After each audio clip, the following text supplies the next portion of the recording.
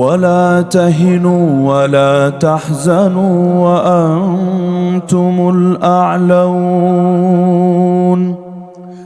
وأنتم الأعلون إن كنتم مؤمنين. وقال تعالى: فأوجس في نفسه خيفة موسى قلنا لا تخف إنك أنت الأعلى. وقال تعالى: أم حسبتم أن تدخلوا الجنة ولما يعلم الله الذين جاهدوا منكم ويعلم الصابرين. وقال النبي صلى الله تعالى عليه وسلم: إن الله زوالي الأرض فرأيت مشارقها ومغاربها وإن ملك أمتي سيبلغ ما زوي لي منها. وقال صلى الله عليه وسلم أيضا: وهل أنت إلا إصبع دميت وفي سبيل الله ما لقيت.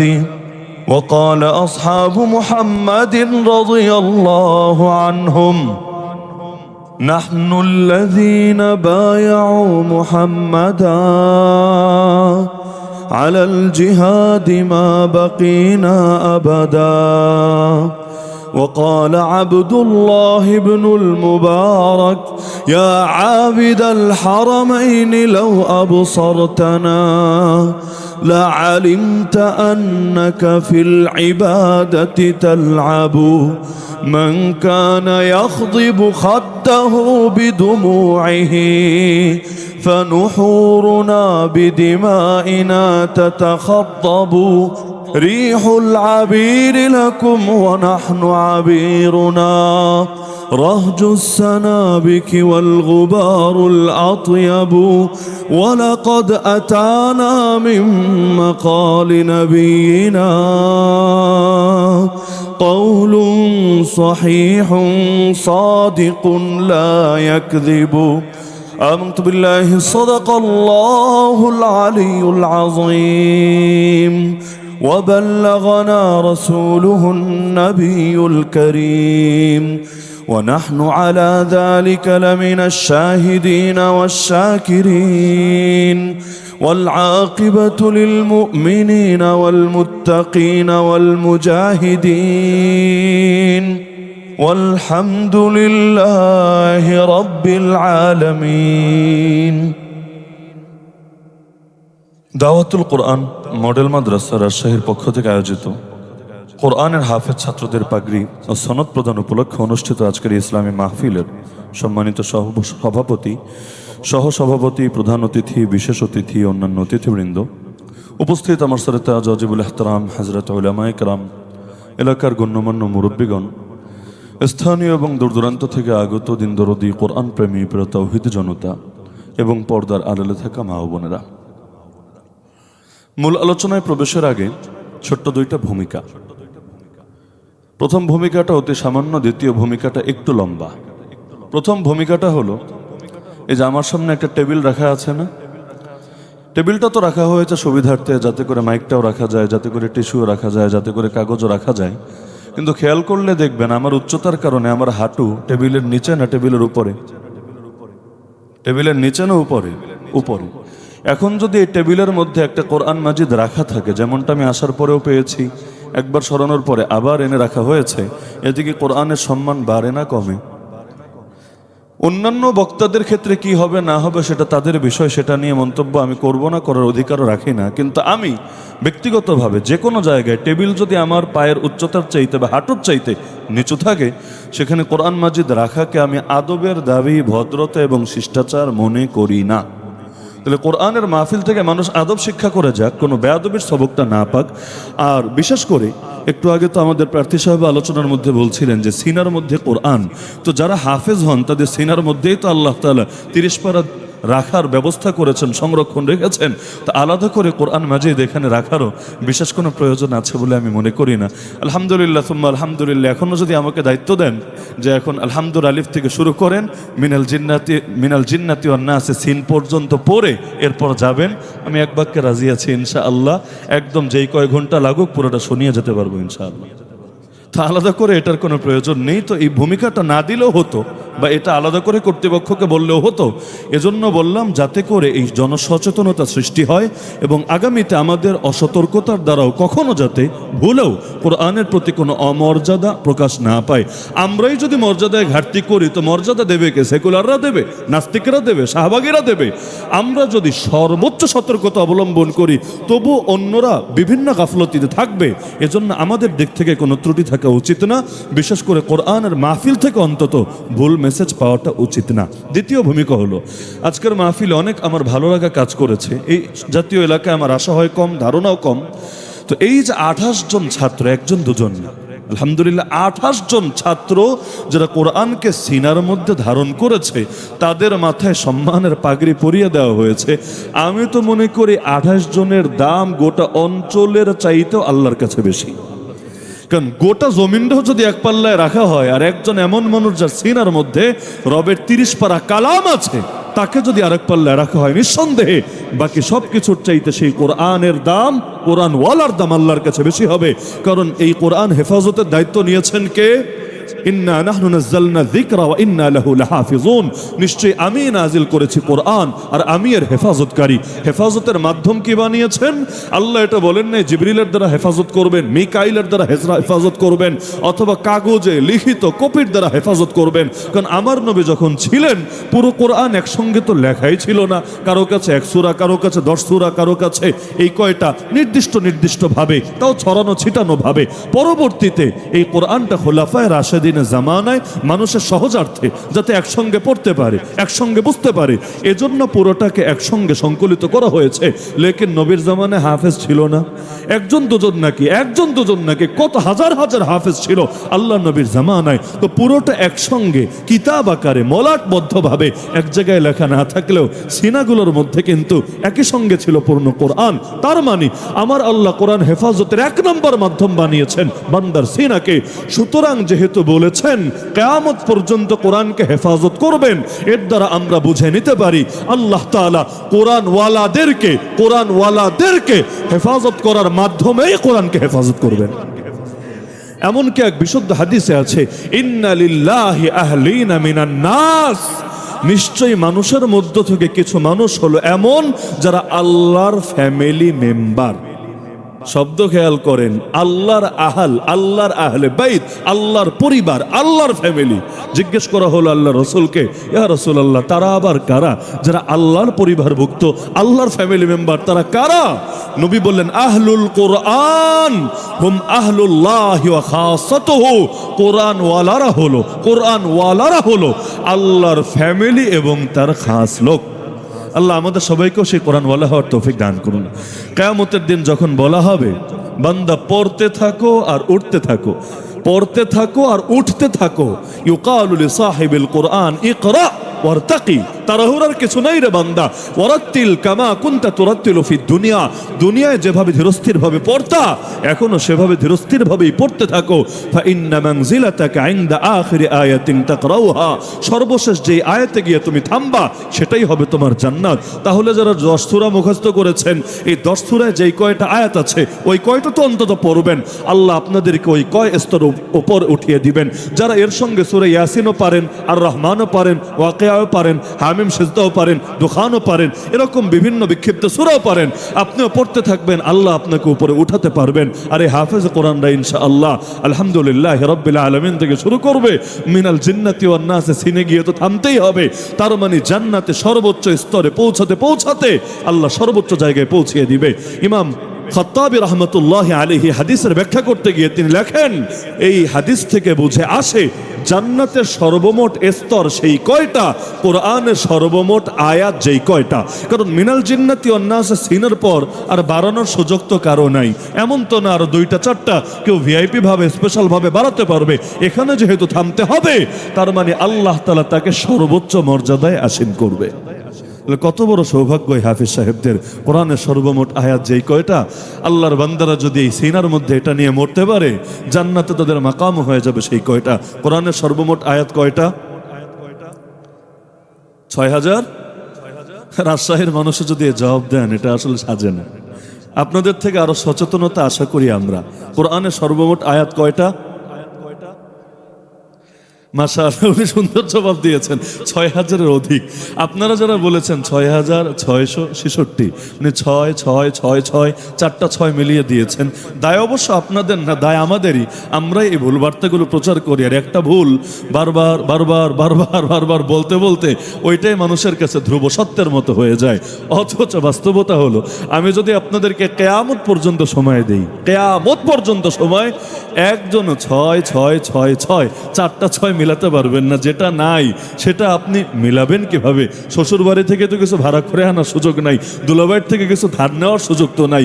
মিনাল জিন্নাতি ওয়ান নাসে সিনে তো থামতে বাধ্য আপনি। কোরআনে সূরা মাত্র 114টা। আমার কথা অন্ধভাবে মানার দরকার নেই, সূরা মাত্র 114টা। প্রতিটা সূরার আয়াত সংখ্যা যেই কয়টা, সবগুলোকে যোগ করলে যোগফল যেটা দাঁড়াবে সেটাই তো কোরআনের সর্বমোট আয়াত হবে। নাকি এর বাইরেও কিছু লুকায়িত আছে? আছে নাকি এর বাইরে কিছু নাই? আজকে বাসায় গিয়ে প্রত্যেকের বাসায় কোরআন আছে, অথবা যুবক যারা আছেন স্মার্টফোন ব্যবহার করেন, আপনাদের কাছে তো এক অ্যাপের মধ্যেই পুরো কোরআন থাকতে পারে। আপনারা প্রতিটা সূরার আয়াত সংখ্যাটা জাস্ট যোগ করবেন। যোগ করতে টাইম লাগলে প্রয়োজনে ক্যালকুলেটর ব্যবহার করবেন। সূরা ফাতিহা আয়াত সংখ্যা 7, সূরা বাকারা আয়াত সংখ্যা 286, এভাবে যেতে যেতে সূরা ফালাক এবং নাস 2 সূরা মিলিয়ে আয়াত সংখ্যা 11। এভাবে সবগুলোকে যোগ করেন, কিয়ামত পর্যন্ত 4টা 6 মিলায় দেখাতে পারবেন না। বরঞ্চ কমন যে সংখ্যাটা বের হবে, জাস্ট আইডিয়ার জন্য বলছি, আমারটা ভুলে যান সমস্যা নাই, নিজেরাই হিসাব করে নেবেন ইনশাআল্লাহ। আপনাদের জাস্ট আইডিয়ার জন্য আমি বলছি, বাংলাদেশে যে কোরআনগুলো আমাদের সামনে আছে বা আমরা যেভাবে গুনে থাকি, এতে 6236টা পাবেন। কত? 6200। কই 200 আর কই 600, কই 36 আর কই 66? তো যেই 430টা বাড়ায় দিলেন, এই 430টা কিভাবে মিলাবেন? কি পরিমাণ গাফলতি আমাদের দেখেছেন, আল্লাহ হেফাজত করুক। কি পরিমাণ গাফলতি আমাদের দেখেছেন। এত সাধারণ একটা ব্যাপার যেটা কোরআন আমাদের প্রত্যেকের ঘরে আছে, মসজিদের মধ্যে আছে, আমাদের মোবাইলে আছে, এইটার ব্যাপারেও যা শুনেছি তাই শুধু বিশ্বাস করে যাচ্ছি। একবার দেখার সুযোগটা পর্যন্ত আমাদের হচ্ছে না।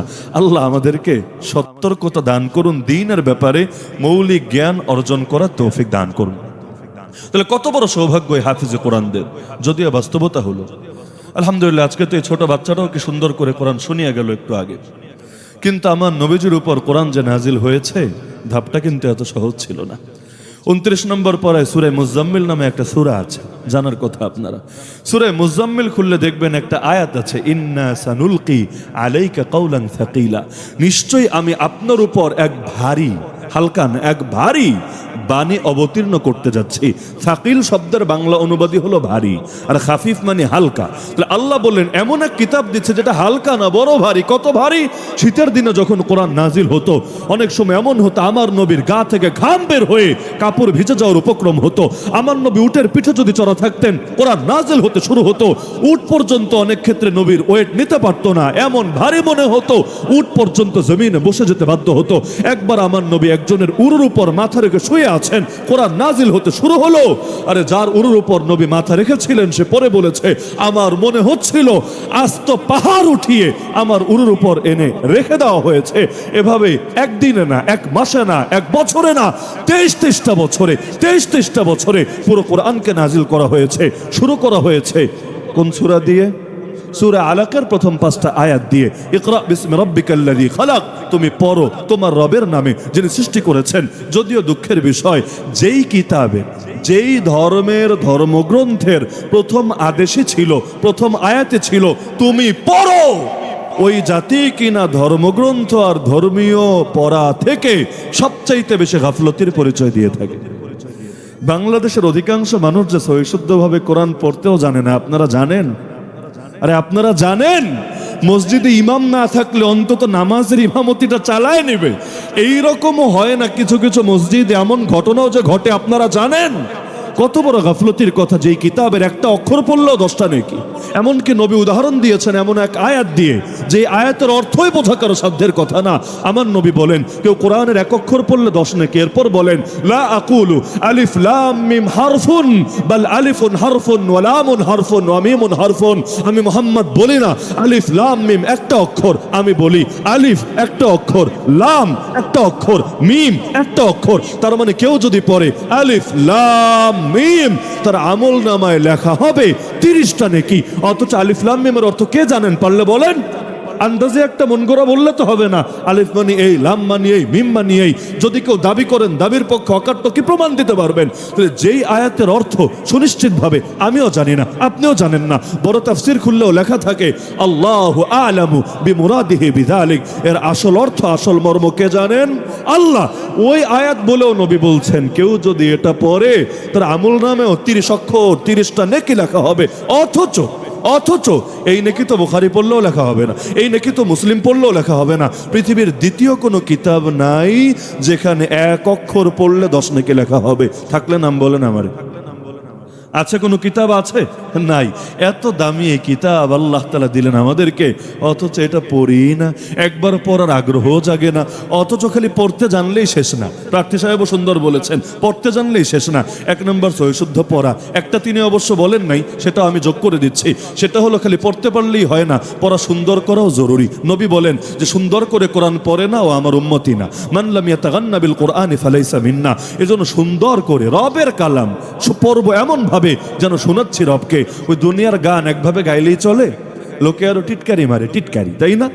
এক গান যদি যে কোনো ভাবে গায়, শিল্পীর নাম নাই নেই, অনেকে আছে ওই ফাইজলামি করে গান টান গায়, মানুষ আর উল্টা টিটকারি মারে। তো বাস্তবতা হলো গানের সুরই ঠিকভাবে না হলে লোকে টিটকারি মারে। তো রবের কালামের পড়াটাও যদি সুন্দর না হয়, এর চাইতে আফসোসের বিষয় আমাদের জন্য কি হতে পারে? এরপর বাকি তো আরো কত ধাপ আছে, আমরা এর জ্ঞান অর্জন করবো। আল্লাহ কি বলেছেন বুঝতে চাইবো। বাস্তবতা সূরা ফাতিহায় কি বলেছেন তাই বুঝি না, আল্লাহু আকবার বইলা কি বোঝাই তাই বুঝি না। আরে সব রাখেন, সব রাখেন, লা ইলাহা ইল্লাল্লাহ মানে কি এটাই তো অধিকাংশ বাঙালি জানে না। লা ইলাহা ইল্লাল্লাহ মানে ইবাদত চলবে একমাত্র কার? আনুগত্য চলবে একমাত্র কার? বিধান মান্য করা যাবে একমাত্র কার? আরে এইটাই যদি বুঝতো আর কিছু লাগতো না। আমার নবী মক্কায় 13 বছর করলেন কি? মক্কায় তো নামাজের বিধান এসেছে প্রায় শেষে, মেরাজের রাত্রে। অধিকাংশ টাইমে 5 ওয়াক্ত ফরজ নামাজের বিধানটাও ছিল না। রমজানের রোজা বলেন, হজ বলেন, যাকাত বলেন, পর্দা বলেন, মদ নিষিদ্ধ বলেন, জিহাদ বলেন, খেলাফত বলেন, সব আসলো মদিনায়। তো মক্কায় করলেন কি? আমার নবী তো সবচাইতে বড় যেই কাজ করলেন সেটা হলো তাওহীদের দাওয়াত। উম্মত আগে বোঝো লা ইলাহা ইল্লাল্লাহ কি, উম্মত আগে শেখো লা ইলাহা ইল্লাল্লাহ কি। এমনকি আবু জাহাল নবীকে মারলো কেন? আবু লাহাব নবীর দুশমন হলো কেন? রোজার জন্য, হজের জন্য, যাকাতের জন্য, কোরবানির জন্য, দান সদকার জন্য না, বরং লা ইলাহা ইল্লাল্লাহর জন্য। তাহলে লা ইলাহা ইল্লাল্লাহ কি আছে যেটা বুঝে আবু জাহাল খেপে গেল? লা ইলাহা ইল্লাল্লাহ কি আছে নবীর আপন চাচা আবু লাহাব, যে নবীর জন্মে খুশি হয়ে নিজের দাসীকে আজাদ করে দিয়েছিল, সে পর্যন্ত সবার আগে বেয়াদবি করলো, যার জবাবে আল্লাহ আস্তে সূরাই নাজিল করে দিলেন তাব্বাত ইয়াদা আবি লাহাবি ওয়া তাব। কি আছে লা ইলাহা ইল্লাল্লাহ? ওটাই বুঝি না। যদি বুঝতাম এই দেশে এমন মানুষ দিয়ে ভরে যেত না যাদের নামাজের রব একজন, রাজনীতির রব আরেকজন, রোজার রব একজন, অর্থনীতির রব আরেকজন, যাকাতের রব একজন, বিচার আচারের রব আরেকজন, ব্যক্তি জীবনের রব একজন, সামাজিক জীবনের রব আরেকজন। এজন্য যে কোরআন মেনে নামাজ পড়তে রাজি, ওই কোরআন দিয়ে বিচার করতে রাজি না। বিচারকরা যদি বলা হয় হে মহান বিচারক আমাকে কোরআন দিয়ে বিচার করে দেন না, সে বলবে এত বড় সাহস, এত বড় সাহস, আমার আইন, আমার বিধান, আমার বিচার তোর ভাল লাগে না? কিন্তু তোর কথায় দেখে জঙ্গিবাদের গন্ধ পাওয়া যায়, তোর কথায় দেখে মৌলবাদের গন্ধ পাওয়া যায়, তোর কথায় যদি উগ্রবাদের গন্ধ পাওয়া যায়, তাহলে এইটা আবার কেমন লা ইলাহা ইল্লাল্লাহ হলো? এক জায়গায় আল্লাহরে মানলো, আর এক জায়গায় আল্লাহরে বুড়া আঙ্গুল দেখায় দিল। এমনকি শব্দে পর্যন্ত কত শিরিক ঢোকে। মাঝে মাঝে দেখবেন পত্রিকায় লেখে রাষ্ট্রপতি অমুককে প্রাণ ভিক্ষা দিয়েছে, লেখে না? কারো যদি মৃত্যুদণ্ডের রায় হয়, জাজ কোর্ট থেকে রায় দিল, হাইকোর্টেও বহাল, সুপ্রিম কোর্টে আপিল বিভাগেও বহাল, সব ধাপ শেষ, লগে লগে ফাঁসি দেয় না। আর একটা ধাপ আছে, সেটা কি? রাষ্ট্রপতির কাছে যায়, রাষ্ট্রপতির কাছে যায়। সেখানে উকিল ধরলে কাম হয় না অবশ্য, সব জায়গায় আবার উকিলগিরি চলে না। তবে যদি সুপারিশকারী ধরা যায়, যেমন হাসরের ময়দানে উকিল টুকিল ধরা যাবে নাকি? উকিল ব্যারিস্টার ধৈরে হাসরের ময়দানে আল্লাহ কেমনে জাহান্নামে দিবা, এত নম্বর আইনের এত নম্বর ধারায় কিন্তু আছে, তুমি কিন্তু আমার মক্কেলরে জাহান্নামে দিতে পারবা না। এই রকম ফাইজলামি আল্লাহর সামনে চলবে নাকি? কিয়ামতের ময়দানে উকিলগিরি চলবে না, ব্যারিস্টারগিরি চলবে না। কিয়ামতের ময়দানে সুপারিশ চলবে, সুপারিশ। নবী সুপারিশ করবেন, এই হাফেজরা সুপারিশ করবে, আলেমরা সুপারিশ করবে, শহীদরা সুপারিশ করবে, আল্লাহর বন্ধুরা সুপারিশ করবে। এমনকি এক পর্যায়ে সমস্ত ঈমানদারদেরকেও আল্লাহ সুপারিশের অনুমতি দেবে। ইমানদাররা বলবে, আল্লাহ আমাদেরকে জান্নাতে যেতে বলছেন, এমন কিছু মানুষকে দেখছি না, সল্লু মানা ও সামু মানা ও হাজ্জু মানা, যারা একসঙ্গে আমাদের সাথে নামাজ পড়েছে, একসঙ্গে রোজা রেখেছে, একসঙ্গে বাইতুল্লাহ গিয়ে হজ করেছে, তাদের তো দেখতে পাচ্ছি না, তারা কোথায়? জানানো হবে তারা নিজেদের পাপের কারণে সাময়িক জাহান্নামে আছে। আল্লাহর কাছে তখন বলবে, আল্লাহ তাদেরকে ছেড়ে জান্নাতে যেতে মনে চায় না, একটু সুযোগ দেন না তাদেরকে নিয়ে যাওয়ার। আল্লাহ বলবেন, তাহলে দেখো কাদেরকে কাদেরকে তোমরা চেনো, সেরকম ইমানদারদেরকে বের করে আনো। তারা বের করে আনবে। এরপর আল্লাহ জিজ্ঞেস করবেন, সবাইরে বের করা শেষ? বলবে, হ্যাঁ সবাইকে শেষ। আল্লাহ বলবেন, তাহলে তোমরা তো তোমাদের দয়ার প্রকাশ ঘটিয়ে তাদেরকে বের করেছো, এবার আমি তোমাদেরকে বলে দিচ্ছি, যাদের ভেতরে বিন্দু পরিমাণ ঈমান পাবা তাদের সবাইকে বের করে আনো। সবাইকে বের করা হবে, অবস্থা এমন হবে, হাদিসের ভাষ্য হলো, পুরে কেমন যেন তারা, ওই অনেক দীর্ঘকাল আগুনে থাকলে যেমন হয়, পুরে পুরে কেমন যেন তারা ছাইয়ের মতো হয়ে গেছে, শরীরের রঙে চেঞ্জ হয়ে গিয়েছে, যার কারণে আল্লাহ তাদের ব্যাপারে আদেশ জারি করবেন, এদেরকে একটা নহরের মধ্যে ফেলো আগে। নহর, যেই নহরের নামও হাদিসে বলা আছে নাহরুল হায়াত। হায়াত মানে জীবন, নাহর মানে নদী, জীবনের নদী, সঞ্জীবনী নদ, এখানে ফেলো। যখন ফেলা হবে, এর আগে শরীর পুড়লে যেমন হয় তেমনই থাকবে, যখন উঠানো হবে, আল্লাহ নবী উদাহরণ দিয়েছেন, ওই নতুন চারা যখন ওঠে যেমন সবুজ শ্যামল থাকে, তারাও সেখান থেকে তেমন সজীব সতেজ হয়ে উঠে রবের জান্নাতে প্রবেশ করবে।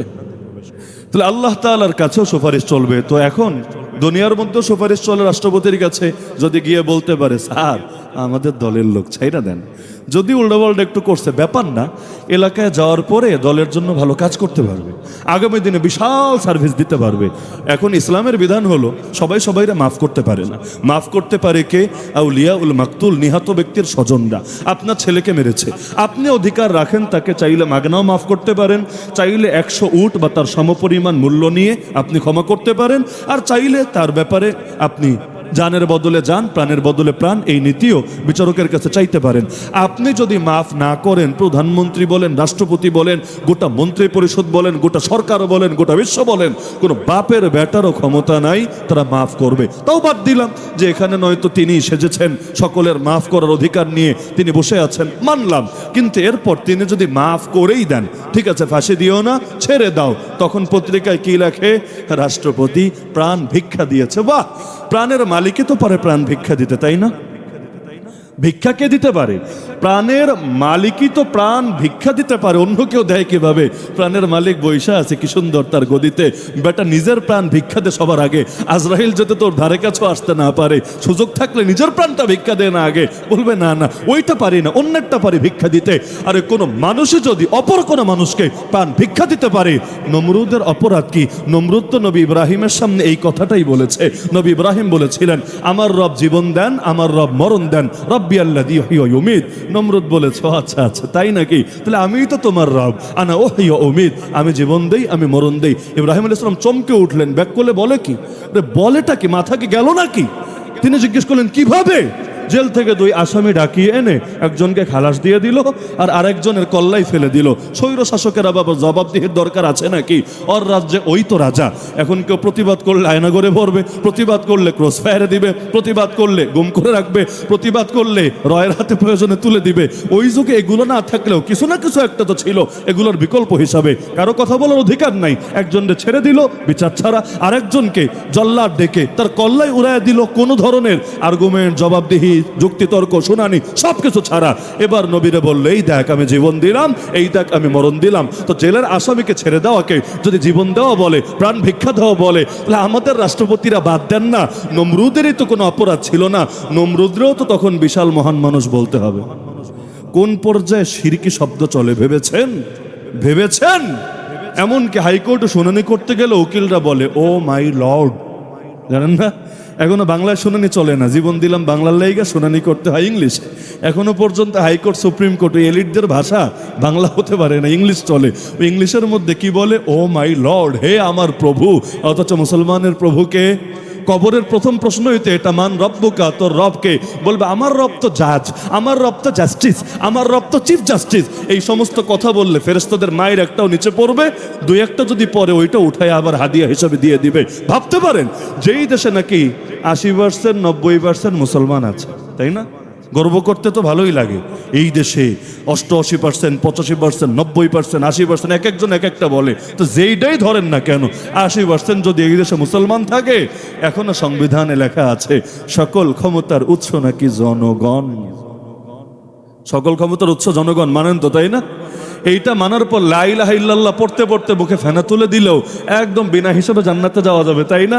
লা ইলাহা ইল্লাল্লাহর মূলেই তো আছে ক্ষমতার মালিক কে, সার্বভৌমত্বের মালিক কে, রাজত্বের মালিক কে? আলা আলিল্লাহিল আলা লাহুল কুওয়া, আর শক্তি তো একমাত্র আল্লাহর। কুলিল্লাহুম্মা মালিকাল মুলক, হে আল্লাহ তুমি রাজাধিরাজ। তুতিল মুলকা মান তাশা, যারে চাও রাজত্ব দাও। ওয়া তানজিউল মুলকা মিম্মান তাশা, যার থেকে চাও রাজত্ব ছিনিয়ে নাও। আরে সব বাদ দেন, সূরা ফাতিহা তো পারেন। প্রথম আয়াতে দেখেন আলহামদুলিল্লাহি রাব্বিল আলামিন।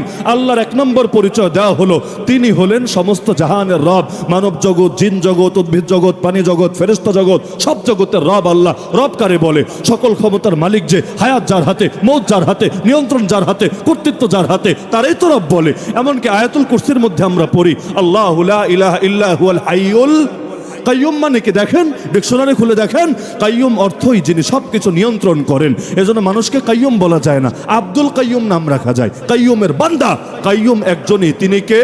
আরে তিনি কে? আল্লাহ। আল্লাহই ক্ষমতার মালিক। এতটুকু যদি না মানে, এত মসজিদ, এত মাদ্রাসা, আরে এত কিছু করেছি, হ্যাংট্যাং করে উল্টে ফেলেছি, এগুলো বলার আর কি অধিকার থাকে? এত মানুষ মিলে যদি একটা কুফরি নীতির ব্যাপারে একমত হয়ে যায়, এর চাইতে বড় আফসোসের বিষয় জাতির জন্য কি হতে পারে? এখন তো ইসলামরাও আমরা বানিয়েছে দলাদলি সাবজেক্ট, এটা অমুকের দায়িত্ব, এটা তমুকের দায়িত্ব। অথচ ইসলাম হেফাজতের দায়িত্ব যে নিজের মনে করে না, সে নিজের মুসলিম পরিচয় দেওয়ার অধিকারই তো রাখে না। আজানে বলে আল্লাহু আকবার, ইকামতে বলে আল্লাহু আকবার, নামাজে বলে আল্লাহু আকবার। জন্মের পর দুই কানে শোনানো হয়েছে আল্লাহু আকবার, মরার পর লাশ সামনে রেখে বলা হবে আল্লাহু আকবার। আল্লাহু আকবার মানে কি আল্লাহ ছোট? আল্লাহু আকবার মানে কি আল্লাহ ছোট? আল্লাহু আকবার মানে খালি আল্লাহ বড় না, এটা বললেও ভুল অনুবাদ। বড় আরবি হলো কাবীর, আকবার মানে বড় না, কাবীর মানে বড়। আকবার অর্থ কি? আকবার মানে সবার চাইতে বড়, সবার চাইতে বড়। তো যখন বললাম আল্লাহু আকবার, অর্থ কি হচ্ছে? শুধু আল্লাহ বড় না আল্লাহ সবার চাইতে বড়? যখন বললামই আল্লাহু আকবার, আল্লাহ সবার চাইতে বড়। যখন দিলে বসালামই আল্লাহু আকবার, আল্লাহ সবার চাইতে বড়। জন্মের পর, মরার পর, সব সময় যখন ঘোষণা দেওয়াই হলো আল্লাহ সব চাইতে বড়। তো যেই মুখ দিয়ে বলি আল্লাহ বড়, ওই মুখ দিয়ে কিভাবে বলবো দল বড়, নেতা বড়, দেশ বড়, রাষ্ট্র বড়? সব বড়র চাইতেও যিনি বড় তিনি হলেন আল্লাহ।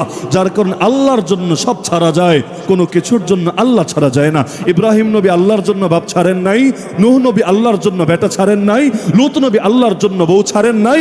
নবী মুহাম্মদুর রাসূলুল্লাহ সাল্লাল্লাহু আলাইহি ওয়াসাল্লাম আল্লাহর জন্য নিজের দেশ, নিজের নেতা, নিজের আপন চাচা, নিজের আত্মীয় স্বজন, এমনকি কাবা পর্যন্ত ছাড়েন নাই। তো কোনো কিছুর জন্য আল্লাহরে কিন্তু ছাড়েন নাই। আমার কাবায় থাকা লাগবে, আল্লাহ ছাইরা দিলাম। আমার মক্কায় থাকা লাগবে, আল্লাহ ছাইরা দিলাম, থাকা লাগবে, আল্লাহ ছাইরা দিলাম।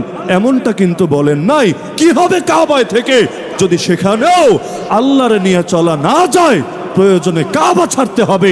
এটাই আল্লাহু আকবারের শিক্ষা, এটাই আমার নবীর আদর্শিক শিক্ষা। তাহলে কোরআন বড় দামি জিনিস না? নবীর উপর নাজিল হলো একটু একটু একটু একটু করে 23টা বছরে। আজকে কি সুন্দর, অনেক বাচ্চা 1 মাসেও কোরআনের হাফেজ হতে পারে। 1 মাসে। শুধু বাচ্চা কেন, বাচ্চাদের ব্রেন তো দাও শার্প থাকে, শুধু বাচ্চা কেন? আমাদের আকাবে শেখুল হিন্দ মাহমুদ হাসান দেওবন্দি রহমতুল্লাহ আলী, দারুল দেওবন্দের প্রথম ছাত্র যিনি ছিলেন, ব্রিটিশ বিরোধী জিহাদের সিপাহ সালার বন্দি করে নিয়ে যাচ্ছে তাকে ব্রিটিশ বাহিনী। সাগরেদ নাম বললে সবাই চিনবেন, হোসেন আহমদ মাদানী রহমতুল্লাহ আলী। তিনি চিন্তা করলেন আমার হুজুরকে এই বুড়া বয়সে জেলে নিয়ে যাবে, একা একা থাকবে কিভাবে? বুড়া মানুষ তো, তার কষ্ট হয়, খেদমতের কেউ লাগে। তিনি তাকে ধরতে আসে নাই, তারপরও স্বেচ্ছায় কারাবন্দী হলেন যাতে করে উস্তাদের খেদমতের সুযোগ মেলে। এখন মাল্টার দ্বীপে নির্বাসনে আছেন, রমজান মাস চলে এসেছে। শাইখুল হিন্দ রহমতুল্লাহ আলীর মনটা খুবই খারাপ। হুসাইন আহমেদ মাদানী জিজ্ঞেস করছেন, হজরত আপনাকে এত বিষণ্ণ দেখা যাচ্ছে কেন, মন এত খারাপ কেন? তিনি বললেন, দেখো বাহিরে যতদিন ছিলাম প্রতি বছর রমজানে খতম তারাবি পড়তাম, কিন্তু এখন তো নির্বাসনে বন্দী, তুমিও হাফেজ না আমিও হাফেজ না, তাহলে রমজানে খতম তারাবি কিভাবে পড়ি? এই যে একটা নেয়ামত থেকে বঞ্চিত হলাম, এজন্য বড় কষ্ট লাগছে। দিলে লাগারই তো কথা, কেউ কষ্ট পায় পয়সা কমলে, কেউ কষ্ট পায় ইবাদতের সুযোগ হাতছাড়া হলে। তো এখন তার এই কথা শুনে হুসাইন আহমদ মাদানী রহমতুল্লাহ বললেন, হুজুর আপনাকে পেরেশান দেখলে আমার ভালো লাগে না, আপনি পেরেশান হয়েন না, ইনশাআল্লাহ আগেও যেমন খতম তারাবি পড়তেন এবারও খতম তারাবি পড়বেন। উস্তাদ বলছে, কি বলো তুমি, তুমিও হাফেজ না আমিও হাফেজ না, আর এখানে ওই ব্রিটিশরা এসে নামাজ পড়াবে, এইটা তো প্রশ্নই আসে না, তাহলে এখানে খতম তারাবি কিভাবে হবে? তিনি বললেন, হুজুর এটা ঠিক আমি হাফেজ না, কিন্তু আপনি যদি দোয়া করেন আল্লাহ চাইলে হয়েও তো যেতে পারি, আল্লাহর কাছে কোনো কিছু অসম্ভব তো না। তো তিনি শুনে আশা পেলেন, বলেন আচ্ছা হতে বললো তো আলহামদুলিল্লাহ, চেষ্টা শুরু করো। এবার সারাদিন কোরআন শরীফ পড়ে আর পড়ে আর পড়ে, রাতের বেলা সারাদিন বসে যতটুকু মুখস্থ করে রাতের বেলা নামাজের মধ্যেও ততটুকু পড়ে উস্তাদকে শোনানোর চেষ্টা করে। এভাবে একদিন যায় এক পারা, 2 দিন যায় 2 পারা, 3 দিন যায় 3 পারা, যেতে যেতে রমজান মাসটাও শেষ হলো। হুসাইন আহমদ মাদানীও গাইরে হাফেজ হয়ে জেলে ঢুকে আস্ত হাফেজ হয়ে জেল থেকে বের হলো। তাহলে কোরআনকে আল্লাহ কত সহজ করে দিলেন, 1 মাসের মধ্যে সিনায় ঢুকে গেল। অথচ সূরা তাওবা খুললে 10 নম্বর পারা 10 নম্বর পৃষ্ঠায় একটা আয়াত দেখবেন, ওয়াকালাতিল ইয়াহুদ উযাইর ইবনুল্লাহ, ইহুদিরা বলেছিল উযাইর হলো আল্লাহর পুত্র। নাউজুবিল্লাহ, আল্লাহর জন্ম দেওয়া পুত্র। কেন, কিসের ভিত্তিতে? তাফসীর খুললে দেখবেন, যখন ইহুদিদের উপর একবার চরম হামলা হয়েছিল, এমনকি মসজিদ আকসা ওই সময়ে তো তাদের দখলে ছিল, ব্যাপক হত্যাযজ্ঞ ঘটানো হলো, যেখানে যেখানে তাওরাতের কপি পেল সব পুড়িয়ে ছাই করে দিল, সব একটা কপিও বাকি রাখলো না। অবশেষে যখন যুদ্ধ শেষ হলো, হাতে গোনা কিছু ইহুদি জানে বাঁচলো। এবার তো বড় পেরেশান, ধর্মগ্রন্থ নাই তো ধর্মের কি হবে? কারণ ধর্মগ্রন্থ যদি না থাকে, কোনটা আসল ধর্ম আর কোনটা ধর্মের নামে জালিয়াতি আলাদা কিভাবে হবে? আজকালও ইসলামের নামে বহুত ভণ্ডামি চলে নাকি চলে না? খালি সিলেটে চলে, খালি চিটাগাঙে চলে, রাজশাহীতেও চলে না, পুরো বাংলাদেশে পুরো দুনিয়ায় ইসলামের নামে চলে। কারণ নবী তো বলেছেন, দল হবে তার উম্মত কয়টা? 73টা। জান্নাতে যাবে কয়টা? মাত্র একটা। জাহান্নামে যাবে কয়টা? 72টা। তাহলে ইসলামের নামে কি পরিমাণ ভণ্ডামি হবে? নবী তো বলেছেন তার যুগে। তো কোনটা জান্নাতি দল কোনটা জাহান্নামী দল আলাদা করব কিভাবে? এটা আমার চাপড় জোর দিয়ে সাব্যস্ত হবে না আপনার চাপড় জোর দিয়ে? এটা আমার বাহুর বল দিয়ে প্রমাণিত হবে না আপনার বাহুর বল দিয়ে? না, চাপড় জোর দিয়ে আর পেশি শক্তি দিয়ে কোনটা হক কোনটা বাতিল এটা আলাদা করা যাবে না, বরঞ্চ এটা আলাদা করতে হবে কোরআন দিয়ে, সুন্নাহ দিয়ে, আমার নবীর জীবন আদর্শ দিয়ে। এজন্যই তো আমার আল্লাহ কোরআনের প্রতিটা আয়াতকেও হেফাজত করেছেন, আমার আল্লাহ আমার নবীর জীবনের প্রতিটা আদর্শ এবং শিক্ষাকেও হেফাজত করেছেন। ইহুদিরা পেরেশান, তাওরাত নাই, তাওরাত নাই, এখন কি হবে? আমাদের ধর্মই তো দুদিন পর বিকৃতির কবলে পড়বে। তখন একজন দাঁড়িয়ে বলল, না না না না, তোমরা এত পেরেশান হও না, আমি যা যা বলি তোমরা লিখতে থাকো। সে বলতে শুরু করলো, তারাও লিখতে শুরু করলো। বলতে বলতে বলতে এক পর্যায়ে তার বলা থামলো, সবার লেখাও থামলো। এবার বলল, তোমাদের পণ্ডিতদেরকে দেখাও তাওরাত আবারও লেখা হলো কিনা। পণ্ডিতরা দেখে অবাক, আরে কিভাবে পসিবল, কিভাবে সম্ভব? তারা বলল, আরে তুমি কে? কোন মানুষ? তুমি তো নবী না, নবী মুসাও না, নবী হারুনও না, তুমি নবী না। তাহলে কোন মানুষের পক্ষে আসমানি কিতাব নবী না হয়েও মুখস্থ রাখা কিভাবে সম্ভব? ও বুঝেছি, তুমি হলো আল্লাহর বেটা, আল্লাহ তোমার জন্ম দিয়ে পাঠিয়েছে যাতে তার ধর্মগ্রন্থটা হারানোর পরে আবার নতুন করে সেটা হেফাজতের ব্যবস্থা করতে পারে। ইহুদিরা এখন এই আকীদায় লিপ্ত হয়ে গেল। উযাইর, উযাইর কোনো নবীর নামও না, নবীও না, তারপরে বলতে শুরু করলো উযাইর কোনো মানুষ না, আল্লাহর পুত্র, আল্লাহ তাআলার বেটা, আল্লাহ তাআলা জন্ম দিয়ে পাঠিয়েছেন তাওরাত হেফাজত করতে। আমি চিন্তা করি আয়াতটা পড়লে একজন হাফেজ সব দেখে অবস্থা, একজন হাফেজ দেখে অবস্থা, অথচ রাজশাহীর বুকে তাও নাকি এগুলো কি ওই পুলিশের কোয়ার্টার, তাই না? আসার সময় জিজ্ঞেস করলাম এত বড় বড় বিল্ডিং কি?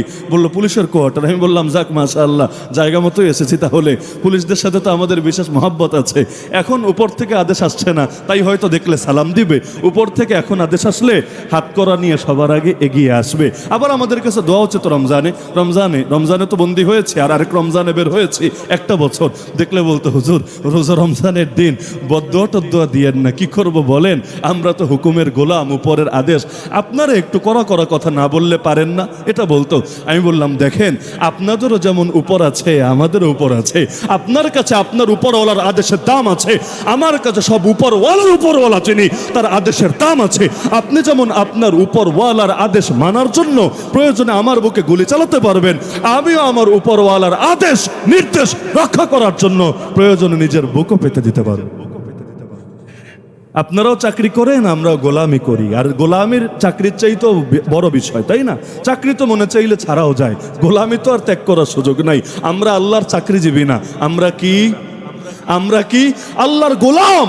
মেরি জিন্দগি কা মকসদ তেরে দিন কি সরফরাজি, मैं इसीलिए मुसलमान, मैं इसीलिए नमाजी। কোরআনের ভাষায় বললে ইন্না সালাতি ওয়া নুসুকি ওয়া মাহইয়ায়া ওয়া মামাতি লিল্লাহি রাব্বিল আলামিন। আজকাল দেখেন না, কোন ফাজিল বলে ইসলামের এইটা ভালো লাগে না, ওইটা মানি না। কোন নারী বলে আরে আমার বডি আমার চয়েস। এখানে হুজুররা আবার কথা বলার কি অধিকার রাখে?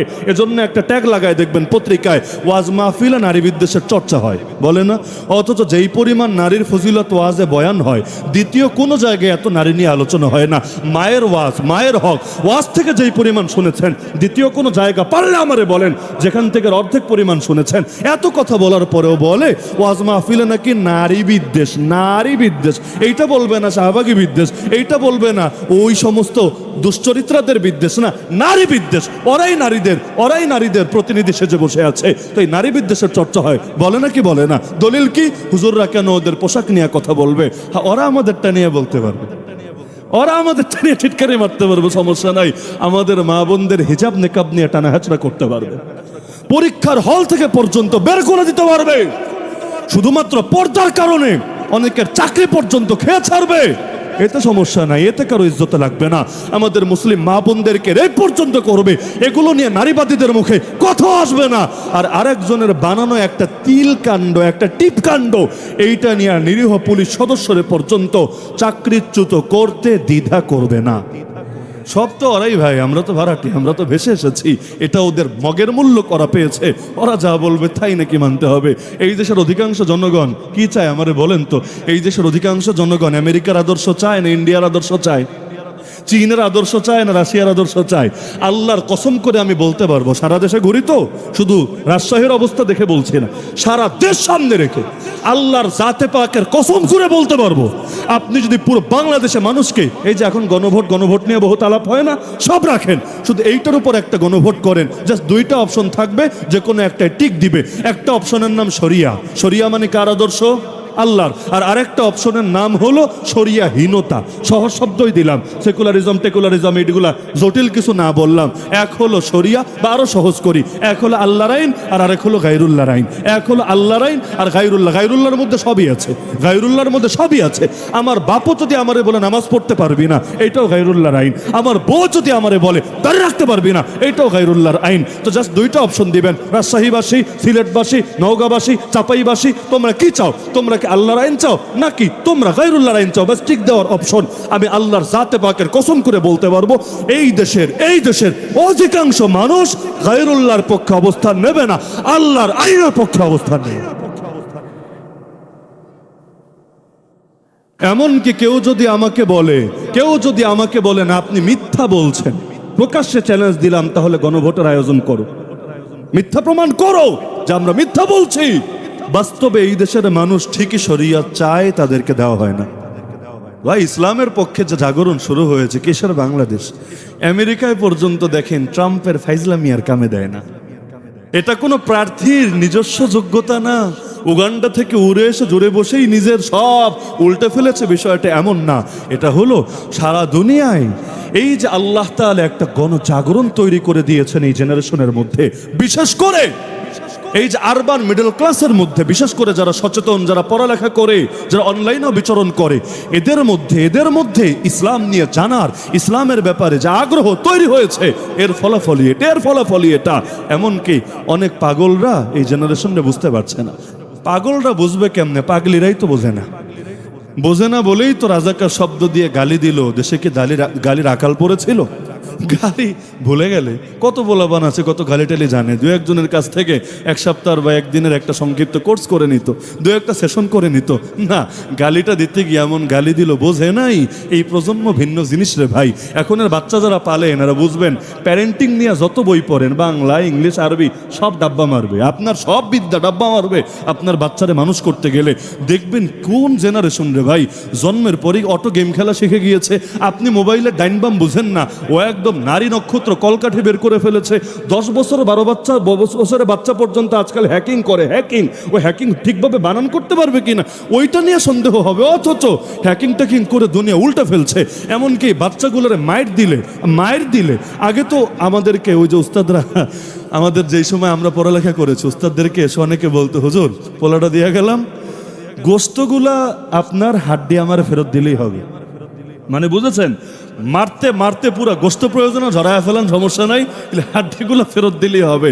অথচ এখনকার বাচ্চাগুলোর মাইট দেওয়া লাগবে না, খালি হাত এমনি দেখালেই একদম মুখ টুক ফুলায় দেখবেন কি অবস্থা করে রেখেছে। বাচ্চাদের সাইকোলজি তো আলাদা। আসার খেয়ে পড়লেও দেখবেন প্রথমেই কাঁদে না।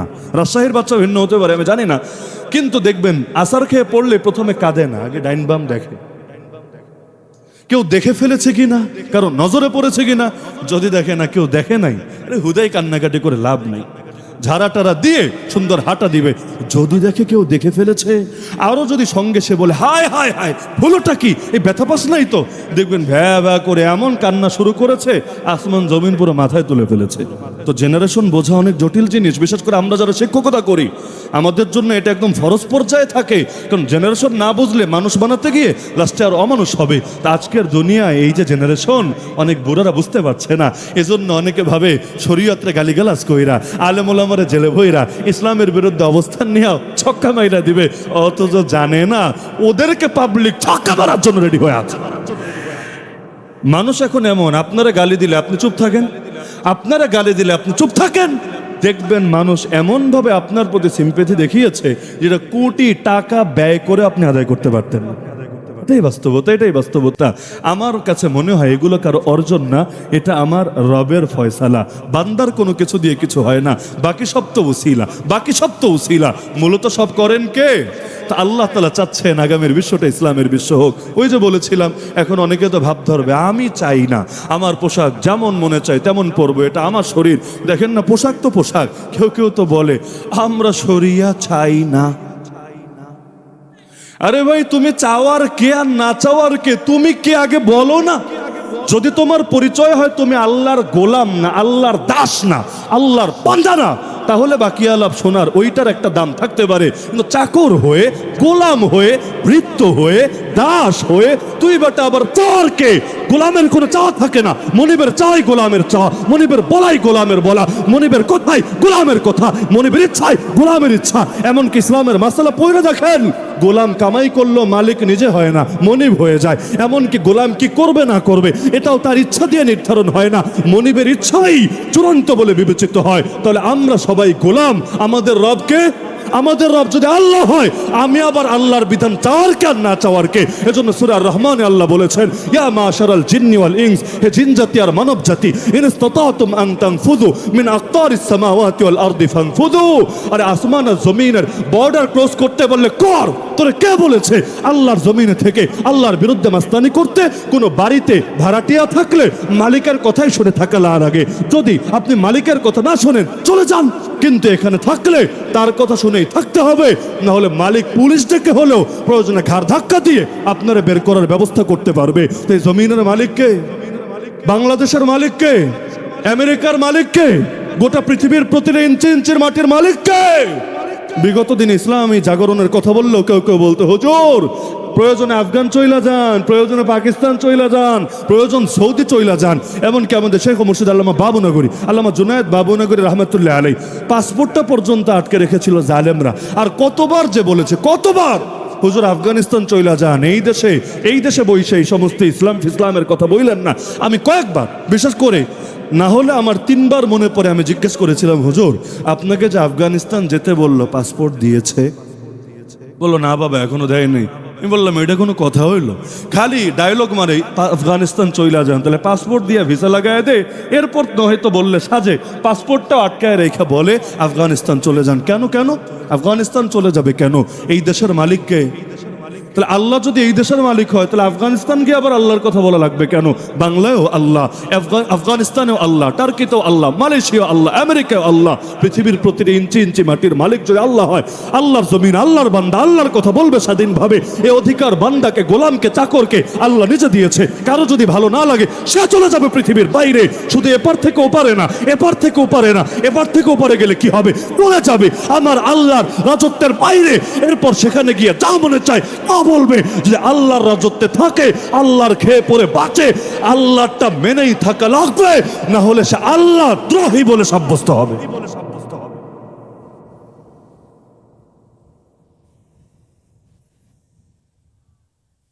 রাষ্ট্রদ্রোহী হওয়া বড় অপরাধ না আল্লাহদ্রোহী হওয়া বড় অপরাধ? বলেন না, রাষ্ট্রদ্রোহী হওয়া বড় অপরাধ না আল্লাহদ্রোহী হওয়া বড় অপরাধ? কারণ আল্লাহ আকবার তো বলেছি, আল্লাহ যেহেতু সবার চাইতে বড়, তার বিরুদ্ধে বিদ্রোহ করাটাও সবার চাইতে বড়। সুতরাং আর যা করেন ভাই, আমলে তো ঘাটতি সবারই আছে, কার নাই? আমার আছে, আপনার আছে, সবার আছে। কিন্তু আল্লাহর হস্তে ইমানে ঘাটতি অন্তত তৈরি হতে দিয়েন না। ইমানে না, অনেকে দলের ভেতর ইমান ঢোকায় রাখে, তাই না?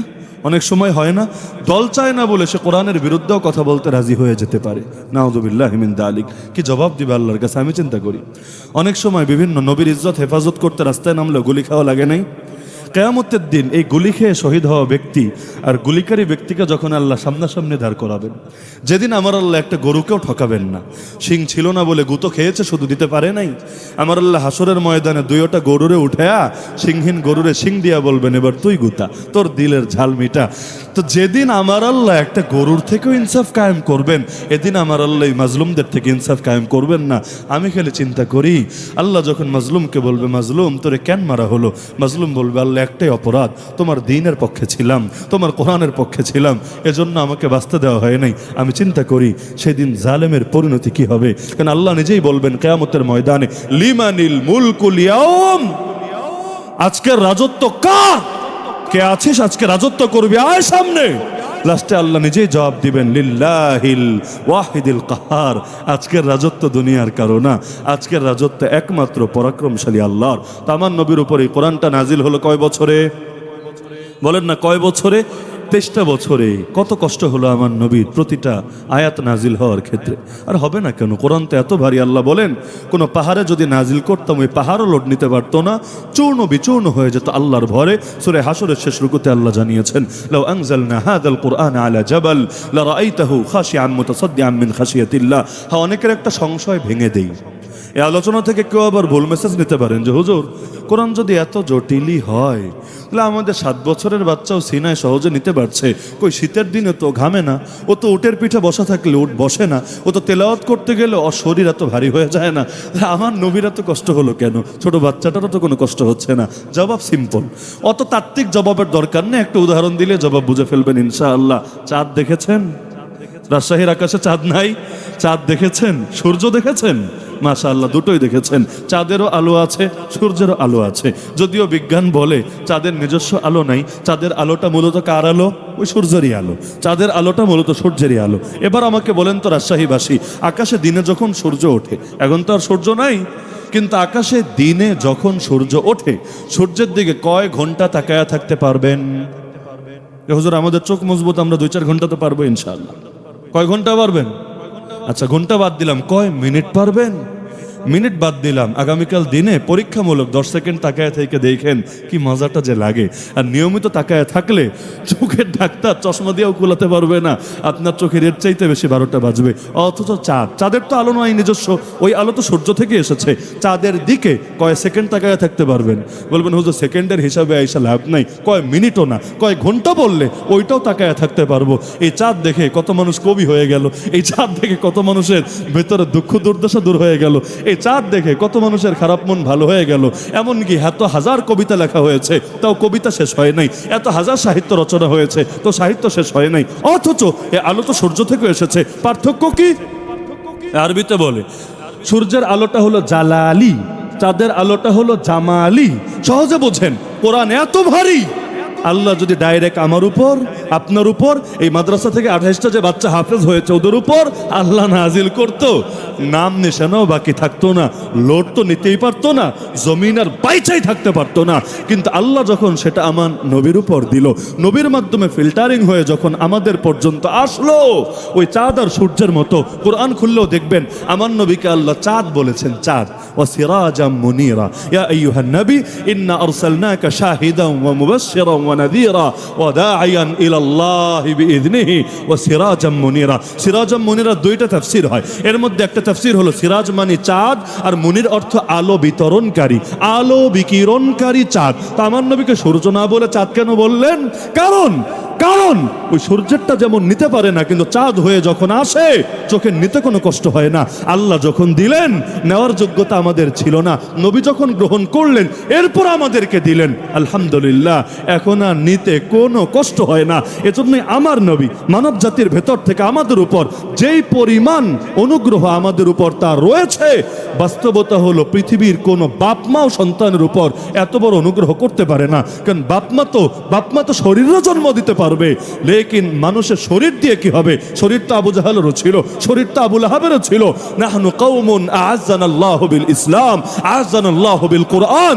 আমরা সেই জাতি যাদেরকে আল্লাহ ইসলাম দিয়ে, কোরআন দিয়ে সম্মানিত করেছেন। এজন্য যখন সেই কোরআন ছাড়বো, সম্মান আর থাকবে না যেমন এখন নাই। কি সম্মান আছে আমাদের? 200 কোটি নাকি মুসলমান আছে, বাহ, বলতে তো মজাই লাগে। 1 নম্বরে খ্রিস্টান 220 কোটি, 2 নম্বরে মুসলমান, আর বাকি সব ধর্ম বহুত পরে। এত মুসলমান দিয়ে কি হলো? যেই সময় 313 ছিলাম তখনই যে ইজ্জত ছিল তার 1000 ভাগের 1 ভাগ ইজ্জত এখন আছে। ঢাকা শহরে পর্যন্ত কোরআন পায়ের তলায় ফেলে পিষ্ট করার দুঃসাহস দেখায়। আমার নবীরে নিয়মিত গালিগালাজ করা হয়, এমনকি আমাদের প্রথম কেবলা 70 বছরের বেশি সময় ধরে ইহুদিবাদীদের দখলে রয়ে যায়। আমাদের বোন ডক্টর আফিয়া সিদ্দিকা 2 দশকের বেশি সময় ধরে আমেরিকার কারাগারে পচে গলে মরতে থাকে। এমনকি আল্লাহর ঘর বাবরি মসজিদ ভেঙে রাম মন্দির বানানোর দুঃসাহস পর্যন্ত দেখানোর চেষ্টা করে। এমনকি বাংলাদেশে পর্যন্ত বসে কেউ জয় শ্রীরাম বলে হিন্দুত্ববাদের পক্ষে জয়গান তুলে এই দেশকেও ইন্ডিয়ার অঙ্গরাজ্য বানানোর দুঃস্বপ্ন দেখে। কি হলো এত সংখ্যায় বেড়ে? কি হলো?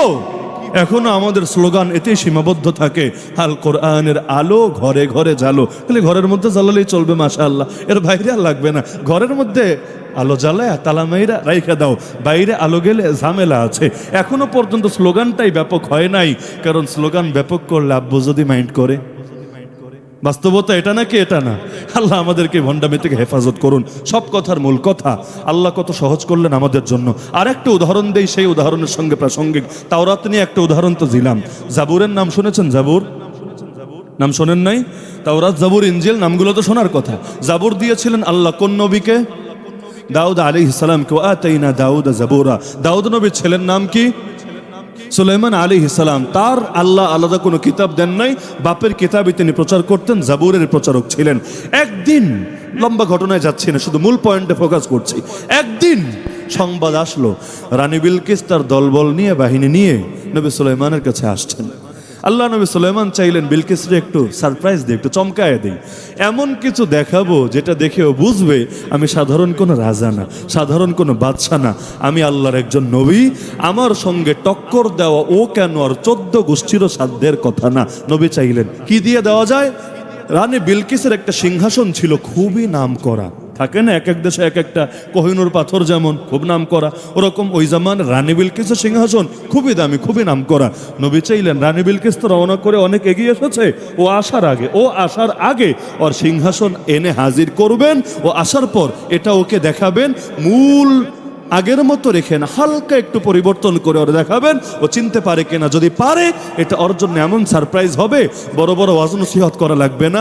এই মুআজিজা দেখেই সে সহজেই ইসলামের ব্যাপারে আকৃষ্ট হবে।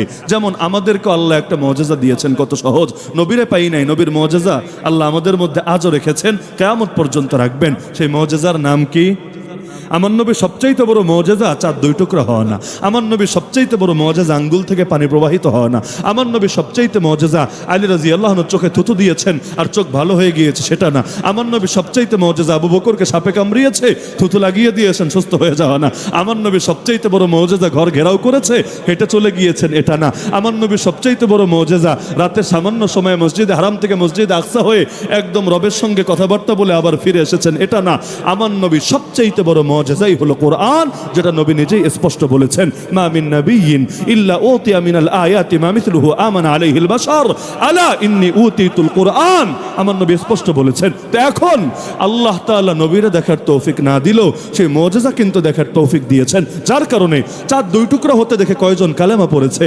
আর কোরআন দেখে দুনিয়ার বুকে কত হাজার না কত লাখো লাখো বেঈমান মুসলমান হয়েছে।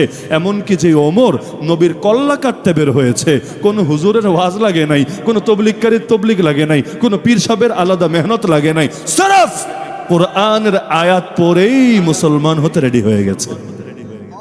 এত বড় মুজিজা আল্লাহ দিয়েছেন। তো এখন নবীর কাছে তো আছে জাবুর, নবী সুলাইমান আলাইহিস সালামের কাছে জাবুর। তো তিনি চাইলেন ওরে একটা স্পেশাল ভাবে চমকে দিবেন। তিনি তার রাজদরবারে যারা আছে জিজ্ঞেস করলেন, এই শোনো, আমি চাই রানী বিলকিসের সিংহাসন এখানে আনতে, কে এনে দিতে পারবা বলো। তো এই প্রস্তাব দিলে মানুষ আগে রাজি হবে না জিন আগে রাজি হবে? এটা তো বোঝেনি। আর নবী সুলাইমান তো খালি মানুষের রাজা না, মানুষ তো আছেই, খালি ছোট একটা দেশেরও না। ফেরাউন মিশরের বাদশা, নমরুদ এক দেশের বাদশা, অপরদিকে নবী সুলাইমান সারা দুনিয়ার বাদশা। শুধু দুনিয়াই শেষ না, জিনের বাদশা, পাখির বাদশা, পিঁপড়ার বাদশা, বাতাসেরও বাদশা। বাতাসও তার কথা শোনে, তাজরি বিআমরিহি রুখাআন হাইসু আসাব। এমনকি সব বাদ দেন, শয়তানেরও বাদশা। ওয়া শায়াতিন কুল্লা বান্নাইন ওয়া গাওয়াত। শয়তানদের বলে, এই যা সমুদ্র থেকে মুক্তা নিয়ে আয়, ওইটা পর্যন্ত এনে হাজির করে। কি ক্ষমতা আল্লাহ তাআলা তাকে দিয়েছিলেন, কি আজীব ক্ষমতা। তো এখন তিনি যখন বলেন, কে আছো রানী বিলকিসের সিংহাসন হাজির করবা, আমি যদি আপনাদের বলি কে আছো, নিজের জায়গায় বৈশা থাইকা মাইকে সুইচ অফ করবা, কে রাজি হতে পারবেন? কে? কিন্তু দুই চারটে জিন যদি থাকে আপনাদের চিবায় চাপায়, থাকতেই পারে। ওয়াজ মাহফিলকে খেলে মানুষ শোনে, জিন শোনে না? শুনতেই তো পারে, স্বাভাবিক ব্যাপার। ওদেরও তো ওয়াজের দরকার আছে, ওদেরও তো পড়ালেখার দরকার আছে। তো এখন আমি যদি বলি কোনো জিন যদি থাকে, দেখা যাবে হয়তো হাত লম্বা করে দিয়েছে, ওখান থেকে এখানে সুইচ ঠিকই অফ করেছে। তো নবী বললেন, কে আছো রানী বিলকিসের সিংহাসন আনবা। কোরআনে আছে 19 নম্বর পারা সূরা নামলের আয়াত, ক্বালা ইফরিতুম মিনাল জিন। ইফরিত মানে হলো বিশাল দেহি জিন, সহজে বোঝার জন্য বলতে পারি দৈত্য জিন। ক্বালা ইফরিতুম মিনাল জিন, এক দৈত্য জিন দাঁড়ায় বলল, আনা আতিকা বিহি ক্বাবলা আন তাকুমা মিন মাকামিক। হে নবী সুলাইমান, এই যে বৈঠকে আপনি বসেছেন, বৈঠক শেষ করে ওঠার আগেই আমি রানী বিলকিসের সিংহাসন এনে হাজির করব। খুব খারাপ অফার না। বৈঠক কয় মিনিটে চলবে? 10 মিনিট, 20 মিনিট, আধা ঘন্টা, এর মধ্যে এনে হাজির করবে। তাহলে এটাও তো বিশাল ব্যাপার না? আসলেই তো বিশাল একটা ব্যাপার। তো এখন সাথে এটাও জোরে মিথ্যা কথা বলছি, আমি এ ব্যাপারে পরিপূর্ণ ক্ষমতাবান এবং পরিপূর্ণ আমানতদার। মানে আমি শুধু চাপা মারছি না, চাপা না।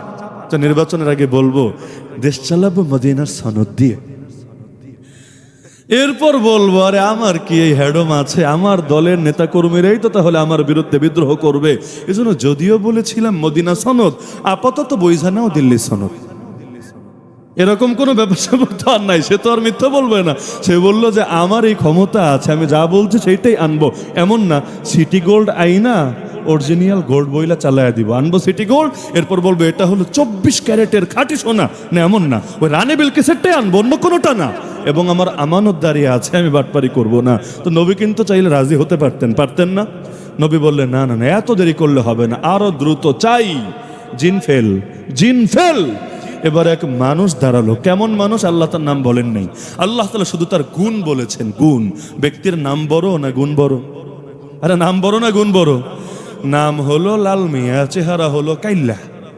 তো নাম দিয়া কি হবে রে ভাই? এজন্য বাংলায় বলে না, বৃক্ষ তোমার নাম কি, ফলে পরিচয়, স্বাভাবিক ব্যাপার। তো এখন আল্লাহ নাম বলেন, গুণ বললেন। কি গুণ? ক্বালাল্লাযী ইনদাহু ইলমুম মিনাল কিতাব।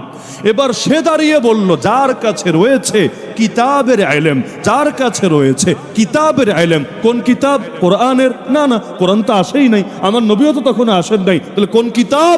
ওই জামানার আসমানি কিতাবের নাম জাবুর। আমরা বলেন জাবুরের দাম বেশি না কোরআনের দাম বেশি? জাবুরের দাম বেশি না কোরআনের দাম বেশি? তাহলে জাবুরের এলেম ছিল তার, ওইটা বুঝেন, তাহলে কোরআনেরটা এমনি বুঝতে পারবেন, কারণ ছোটটা বুঝলে বড়টা এমনি বুঝে আসে। ওই অনেক সময় লোকে বলে না, তুই কি রে, তোর বাপরে আমি চড়াইছি, চর মারছি, আর তুই কি বড় বড় কথা বলস, মানে ওইটা বুঝলে এটা আর বোঝা লাগে না, এমনি চলে। তো যার কাছে কিতাবের ইলম ছিল সে বলল, আনা আতিকা বিহি ক্বাবলা আন ইয়ারতাদ্দা ইলাইকা তারফুক। হে নবী সুলাইমান, আপনার চোখের পলক পড়ার আগেই আমি রানী বিলকিসের সিংহাসন এনে হাজির করব। শুধু বলে শেষ না, আসলে হাজির করেছেও। শুধু বলে শেষ না, হাজির করেছেও। চোখের পলক পড়তে 10-20 মিনিট তো মোটামুটি লাগে, লাগে না? সেকেন্ডের ব্যাপার, এর মধ্যে না হাজির করেছে। ফালাম্মা রাআহু মুস্তাকিরান ইনদা, নবী যখন দেখলেন রানী বিলকিসের সিংহাসন তার কাছে রাখা, এই যুগ হলে কি করতো? বলতো তাড়াতাড়ি ছবি তোল, তাড়াতাড়ি লাইভ দে, তাড়াতাড়ি সাংবাদিক ডাক। আমাদের সফলতা জ্ঞান বিজ্ঞানে আমাদের সরকারের অর্জন সারা দুনিয়াকে দেখাতে হবে না? এই জন্য প্রতিদিন আমরা ওই যখন যখন বিমানে সফর করি, খালি দেখি third terminal, third terminal, third terminal. ওই 3 নম্বর একটা টার্মিনাল উদ্বোধন হয়ে আছে না, যেই কয়বার বিশ্বাস করেন সামনে দিয়ে আসে, আমি চিন্তা করি, হায় রে আল্লাহ, উদ্বোধন হইল কবে? 1 বছর গেল, 2 বছর গেল, 2.5 বছর হতে চললো, বা আরো বেশিও মনে হয় হয়েছে, এখনো ভেতরে একবার ঢুকতেই পারলাম না। উদ্বোধন দিয়ে কি লাভ হলো? লাভ হয়েছে। আল্লাহ তাআলা অনেক বুজুর্গ বান্দারে অনেক কিছু বোঝার তৌফিক দান করে। অনেকে দেখবেন মরার আগে কেমনে বুঝে, যে মনে হয় মরবে, সবার থেকে বিদায় টিদায় নেয়, শেষের জীবনে খুব ভালো আমল টামল করে, এরপর সুন্দরভাবে মরে। আল্লাহ মনে হয় কাউরে কাউরে বোঝার তৌফিক দিয়েছিল, আগামীতে দৌড়ানি খাওয়া লাগলেও লাগতে পারে। এজন্য শুভ কাজে দেরি করতে নাই, শুভ কাজে দেরি করতে নাই, কামটা আগেই সাইরা নেই। এজন্য দেখেন না, দিনের ভোটর আগে হতো, দিনের ভোটর রাতে হতো, হতো না বাংলাদেশে? কেন? আমার কাছে সুন্দর ব্যাখ্যা আছে, আসলে সুন্দর ব্যাখ্যা। কারণ আল্লাহ তাআলা দুনিয়ার সবচেয়ে নিকটবর্তী আসমানে নেমে আসেন কখন? দিনের বেলায়? না না না, রাতের বেলায়। কোন টাইমে? তাও রাতের শেষ ভাগে, রাতের শেষ ভাগে। ওই সময় আল্লাহ এসে বলে, বান্দা তোর কি লাগবে বল, ক্ষমা লাগলে ক্ষমা করব, তোর যদি ঋণ থাকে বল, ঋণ পরিশোধের ব্যবস্থা করব, সুস্থতা লাগলে বল, আমি সুস্থতা দিব, রিজিক লাগলে বল, আমি রিজিক দিব। তো ওই সময় যদি ব্যালটে সিলমাইরা বলা যায়, আল্লাহ আর কিছু না, আর কিছু না, খালি ক্ষমতা লাগবে, ক্ষমতা, খারাপ কি আছে? আল্লাহ রাব্বুল আলামিন দয়া করে যদি নেক নজর দেয়, আলহামদুলিল্লাহ, এটাই তো বান্দার জন্য বিরাট প্রাপ্য বটে। এজন্য কথাই আছে, শুভ কাজে দেরি করতে নাই, শুভ কাজে দেরি করতে নাই। তো এই জামানায় হলো তেগুলোই করতো না? করতো। আশপাশে কথা না বললে ভালো। এই জামানায় হলে এগুলোই করতো, কিন্তু নবী সুলাইমান এই জামানায় হলে করতো। আর একটা উদাহরণ দেই, আমার কথাই কষ্ট পাবেন, এটা সমস্যার কিছু না। এজন্য নিয়ম হলো, কোন আলোচকের দাওয়াত দিল, আগ থেকে আইডিয়া রাখা ভালো, যে তিনি কি মধু দিবেন নাকি তিতা কিছু দিবেন। ওমর রাদিয়াল্লাহু আনহু 2-4টা বন্ধুর নাম বলতে পারবেন? এমন পারবেন না, পারবেন না। কেন জানেন? হক কথা তিতাই হয়, হক কথা তিতাই হয়। এটা যিনি কথা বলেন তার দোষ না, যে শোনে তার দোষ। ভেতরে মুনাফিকি থাকলে অনেক সময় ভালো জিনিসও খারাপ লাগে। জ্বর হলে মিঠা খাবারও তিতা লাগে, তাই না? জ্বর হলে মিঠা খাবারও তিতা লাগে। আবার বাদুর দিনের আলো দেখে না, সূর্যের আলো দেখে না, ওর কাছে সূর্যটাও বড় মন্দ মন্দ লাগে। ভাই, এটা সূর্যের দোষ না, এটা বাদুরের চোখের দোষ। কারো কাছে যদি হক কথা শুনলেও তীরের মতো বুকে বেঁধে, বুঝবেন ভেতরে কিছুটা হলেও ঝামেলা রয়ে গেছে। মরার আগে আল্লাহ আমাদের ওই ঝামেলাগুলো দূর করার তৌফিক দান করুন। তো এই জামানায় তো আমরা নিজেরা করার চাইতে মানুষকে দেখাতে বেশি চাই। আমার সবচেয়ে কষ্ট লেগেছে, ওই হজ উমরায় গেলে একটা কমন দৃশ্য দেখবেন, বা টিভি চালু করলেও ওই যদি চ্যানেল দেখেন, মক্কার দৃশ্য কমন দেখবেন এমন কোনো জায়গা বাকি নেই যেখানে মানুষের হাতে মোবাইলটা ধরা নাই। নামাজের মধ্যেও লাইভ চলছে, তওয়াফের মধ্যেও লাইভ চলছে। হাজরে আসওয়াদ চুমু দেওয়ার চান্স পেলে যদি ভিড় একটু কম থেকে ওইখানেও ক্লিক একটা নেওয়ার চেষ্টা করে, মুখটা লাগায় ক্লিক নিবে। মানে ও যে একটা বিশাল কাজ করে সেটা জাতিরে দেখাতে হবে। লজ্জার বিষয়, নবীর রওজা জিয়ারতের সুযোগ তো কমই মেলে। ওই রওজার সামনে যায় পর্যন্ত লাইভ, টিকটক, এই হাবিজাবি এগুলো পর্যন্ত চলতে থাকে। এমনভাবে মোবাইল আমাদের সব কিছু নষ্ট করেছে। এগুলো না দেখালে কেমন যেন ইবাদতি পূর্ণতা পায় না। কয়দিন আগে এক এলাকায় মাহফিলে গেলাম, এক দোকানের নাম মুদি দোকান, পুরো নাম আমি না বলি, এলাকার নামও না বলি। দোকানের নামের মূল শব্দ, প্রথম শব্দ হলো ডাবল হাজি। আমার জীবনে আমি এর আগে কখনো শব্দটা দেখি নাই। সিঙ্গেল হাজি, ট্রিপল হাজি, মাল্টিপল হাজি, এগুলো আমি দেখি নাই। প্রথম দেখলাম ডাবল হাজি, দেখে আমার খুব অবাক লাগলো। এইটা আবার কি রে ভাই? ডাবল হাজি তো কারণ নাম হওয়ার কথা না, এটা তো একটা গুণ হওয়ার কথা। আচ্ছা, তাহলে ডাবল কি লেগা? সিঙ্গেল বদলে ডাবল কি লেগা?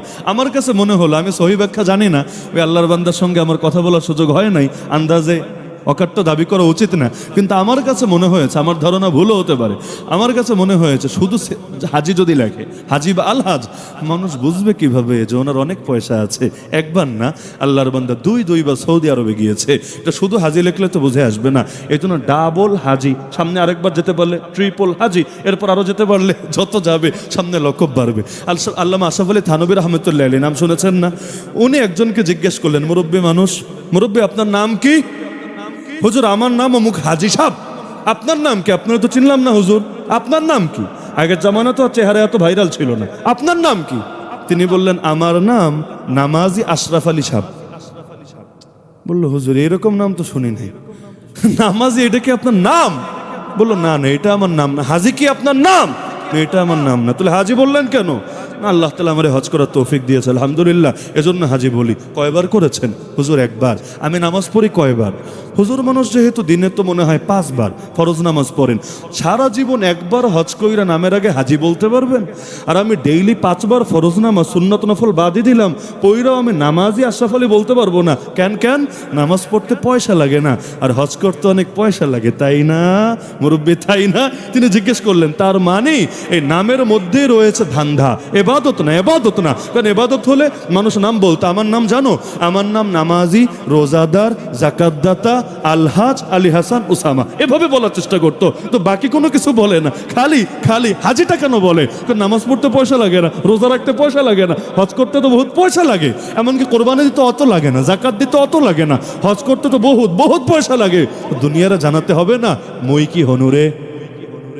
কেউ কষ্ট পায়েন না, সবাই এক নিয়াতে লিখবে জরুরি না, কিন্তু এইরকম একটা ব্যাপার স্যাপার থাকলেও থাকতে পারে। তো নবী সুলাইমান এটা দেখার পর কোনো গর্বে টর্বে গেলেন না, তিনি বললেন, হাদা মিন ফাদলি রব্বি, এটা আমার কিছুই না, এটা আমার রবের দয়া, রবের অনুগ্রহ, রবের ভিক্ষা। লিয়াবলুয়ানি, রব আমাকে পরীক্ষা করতে চায়। আশকুরা মাকফুর, আমি কি শুকরিয়া আদায় করি নাকি আমি অকৃতজ্ঞ হই? আমার শেষ বার্তা, সব আলোচনা থেকে আমরা একটা বার্তা বোঝার কথা, মূলত সব কিছু নিয়ন্ত্রণ করেন কে? আমরা তো জাস্ট ওসিলা। আমার বাচ্চারে আল্লাহর কসম আমি খাওয়াই না, আল্লাহ খাওয়াই, আমি ওসিলা। আমার বাচ্চারে আমি জীবন দেই নাই, আমি হয়েছি তার জীবন প্রাপ্তির বাহ্যিক একটা ওসিলা। জগতের মানুষ হতে পারে জাস্ট ওসিলা, মূলত সব করেন কে? আচ্ছা, আমার আল্লাহকে বেলালের রক্ত না ঝরিয়ে, আমার আল্লাহকে আমার নবীর রক্ত না ঝরিয়ে, আমার আল্লাহকে হামজার বুক চিরে কলিজা বের করে চিবিয়ে খাওয়া হলো, এই দৃশ্যের অবতারণা না করিয়ে ইসলামকে জিন্দা করতে পারতেন নাকি পারতেন না? তাহলে বদর লাগলো কেন? উহুদ লাগলো কেন? খন্দক লাগলো কেন? তাবুক লাগলো কেন? হুনাইন লাগলো কেন? ফাতে মক্কা লাগলো কেন? এগুলো ছিল ওসিলা। তাহলে সব করেন কে? আর আমাদের কাজ কি? আমাদেরকে হতে হবে ওসিলা। ইসলামকে দুনিয়াতে জিন্দা করবেন কে? আপনাদের কষ্টের কথাই এবার বইলা ফেলাই, এটা অনেকের কষ্ট লাগবে আর কি। ইসলামকে পৃথিবীতে জিন্দা করবেন কে? আমরা সবাই মরে গেলে ইসলাম থেমে যাবে, আমরা সবাই বসে গেলে ইসলাম থেমে যাবে। আরে আমার আল্লাহ ল্যাংরা মশা দিয়েও তার দুশ্মনকে সাহায্য করতে পারে। আমার আল্লাহ যাকে যাকে পাখি পাঠিয়ে, কি পাখি? আবাবিল কি পাখির নাম? এটা আবার অনেকের ভাবে আর কি, চড়ুই পাখি, ময়না পাখি, টিয়া পাখি, আবাবিল পাখি। ভাই, আবাবিল কোনো পাখির নাম না, ভুল ধারণা ভেঙে দেই। আবাবিল কোনো পাখির নাম না। আবাবিল অর্থ ঝাঁকে ঝাঁকে। ও আরসালা আলাইহিম তাইরান আবাবিল। তাইরান মানে পাখি, আরসালা মানে পাঠালেন, আলাইহিম মানে তাদের উপরে। তিনি পাঠালেন তাদের উপরে পাখি, কিভাবে? আবাবিল মানে একটা একটা না, ঝাঁকে ঝাঁকে ঝাঁকে ঝাঁকে ঝাঁকে ঝাঁকে। এজন্য ভুলেও ভাইবেন না আবাবিল একটা পাখির নাম। আমি নিজেও বিশ্বাস করেন ছোটবেলায় ভাবতাম, আবাবিল তো আছে, ছোটবেলায় ভাবতাম আমাদের 2 কাঁধে 2 জন সম্মানিত ফেরেশতা আছে। ডান কাঁধের ফেরেশতার নাম জনাব কিরামান সাহেব, বাম কাঁধের ফেরেশতার নাম জনাব কাতিবিন মহোদয়। বিশ্বাস করেন আমি নিজে এমনটাই ভাবতাম, ওই সময় এমনভাবে প্রচলিত হলো। পরে কোরআন পড়ে দেখি, হায় রে অদ্ভুত ব্যাপার, কিরামান কারো নাম না, কাতিবিনও কারো নাম না। মূলত আয়াত হলো ওয়া ইন্না আলাইকুম লাহাফিজিন কিরামান কাতিবিন ইয়ালামুনা মা তাফআলুন। নিশ্চয়ই তোমাদের দায়িত্বে নিয়োজিত রয়েছে এমন কিছু ফেরেশতা যাদের 1 নম্বর গুণ হলো হাফিজিন। হাফিজিন মানে হেফাজত করে, সংরক্ষণ করে। 2 নম্বর গুণ হলো কিরামান, তারা আলতু ফালতু না, বরং বড় সম্মানিত। কিরামান শব্দের অর্থই সম্মানিত। আর কাতিবিন মানে কি? কাতিবিন মানে লেখক, রাইটার। মানে তারা যে সংরক্ষণ করে সবকিছু, খালি মাথায় রাখে, ব্রেইনে রাখে এমন না, লিখে লিখে লিখে লিখে সব সংরক্ষণ করে। ইয়ালামুনা মা তাফআলুন, তোমরা যা করো তারা তা সবই জানে। তাহলে কিরামানকে নাম হলো নাকি সম্মানিত, কাতিবিনকে নাম হলো নাকি লেখক? এমনকি মজার বিষয় কি জানেন, আরবি ব্যাকরণ কেউ জানলে বুঝবেন, না হলে একটু কেমন কেমন লাগবে। ভাষার মধ্যে এক বচন বহু বচন আছে না? আরবি ভাষায় বচন আর একটা বেশি আছে, এক বচন দ্বিবচন বহু বচন, এক বচন দ্বিবচন বহু বচন। আরবিতে বহু বচন মানে অন্তত তিন আর নিচে না, বহু বচন মানে কত? তিন, তিন, অন্তত তিন আর নিচে না। আল্লাহ বললেন কিরামান কাতিবিন, যে বললেন কিরামান শব্দটা বহু বচন, কাতিবিন শব্দটা বহু বচন। তা আরবি ব্যাকরণ সামনে রাখলে কিরামানকে একজন হবে না অন্তত তিনজন হবে? কাতিবিনকে একজন হবে না অন্তত তিনজন হবে? সর্বনিম্ন তিন, বেশি বহুত, একদম আল্লাহ যা চায় তাই হতে পারে। আল্লাহ কিছু ঠিক করে দিল না, আমরা ঠিক করে দিলাম। কাতিবিন সাহেব কেমন আছেন? জনাব কিরামান সাহেব কিয়ামতের দিন আমাদের পক্ষে একটু বইলেন টইলেন, আন্দাজে আন্দাজে নাম বানাই। আরো কত কিছু জানতাম ছোটবেলায়, লবণ খাওয়ার আগে পড়তাম হানি আম্মারি আ, এটা লবণ খাওয়ার দোয়া হিসাবে জানতাম। আর কত জাল হাদিস মুখস্থ করেছিলাম। বিদ্যানের কলমের কালি শহীদের রক্তর চেয়েও পবিত্র, নাউজুবিল্লাহ মিন যালিক। দেশপ্রেম ইমানের অঙ্গ, এটা তো বহুত স্কুলের দেয়ালেও লেখা থাকে। কয় নম্বর অঙ্গ? ইমানের ৭৭টা অঙ্গ তো শিখেছো তোমরা, বাবাজিরা এটা কয় নাম্বার অঙ্গ? অথবা ছোটবেলায় যে ইমানের ঘোষণা দিলা, আমানতু বিল্লাহি ওয়া মালাইকাতিহি ওয়া কুতুবিহি ওয়া রুসুলিহি ওয়াল ইয়াউমিল আখিরি ওয়াল কদরি খাইরিহি ওয়া শাররিহি মিনাল্লাহি তাআলা ওয়াল বাসি বাদাল মাউত, দেশ গেল কই রে ভাই? আবার কোন দেশ? কোন দেশ? ৪৭-এর আগেরটা না ৭১-এর আগেরটা না ৭১-এর পরেরটা? নাকি ইমানও আবার কয় বছর পর পর অ্যান্ড্রয়েডের মতো আপডেট হয়, আইওএস এর মতো আপডেট হয়? ৪৭-এর আগে পুরোটা মহব্বত করে ইমানের অঙ্গ। যদি তুমি পুরোটারে মহব্বত না করো তুমি বেঈমান। আর ৭১-এর পর এখন আবার ইমান রে কাইটা ফেলতে হবে।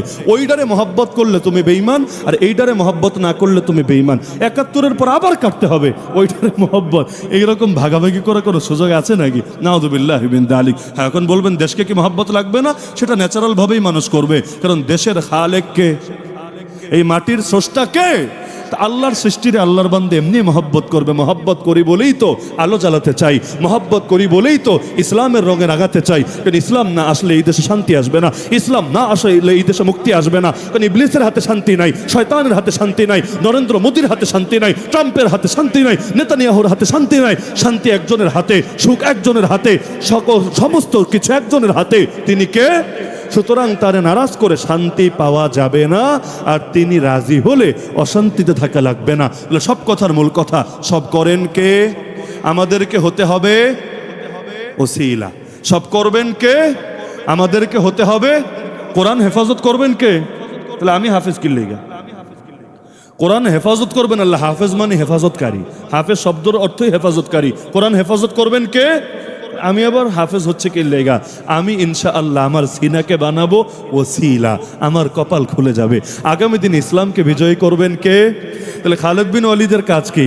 তাহলে অন্যান্য সাহাবীদের কাজ কি? তারা হবে ওসিলা। কারো হাতে বিজয় না, নবীর হাতেও বিজয় না, বিজয়ের মালিক কে? তাহলে আমি আপনাদেরকে দাওয়াতটাই দিতে চাই, আসেন না আমরা আগামী দিনে ইসলামের বিজয়ের ওসিলা হই। রাজি আছেন ইনশাআল্লাহ? একদিন না একদিন এদেশের আকাশে কালেমার পতাকা উড়বে উড়বে। একদিন না একদিন গোটা পৃথিবীর প্রতিটা ঘরে ঘরে আমার নবীর আদর্শ প্রবেশ করবেই করবে।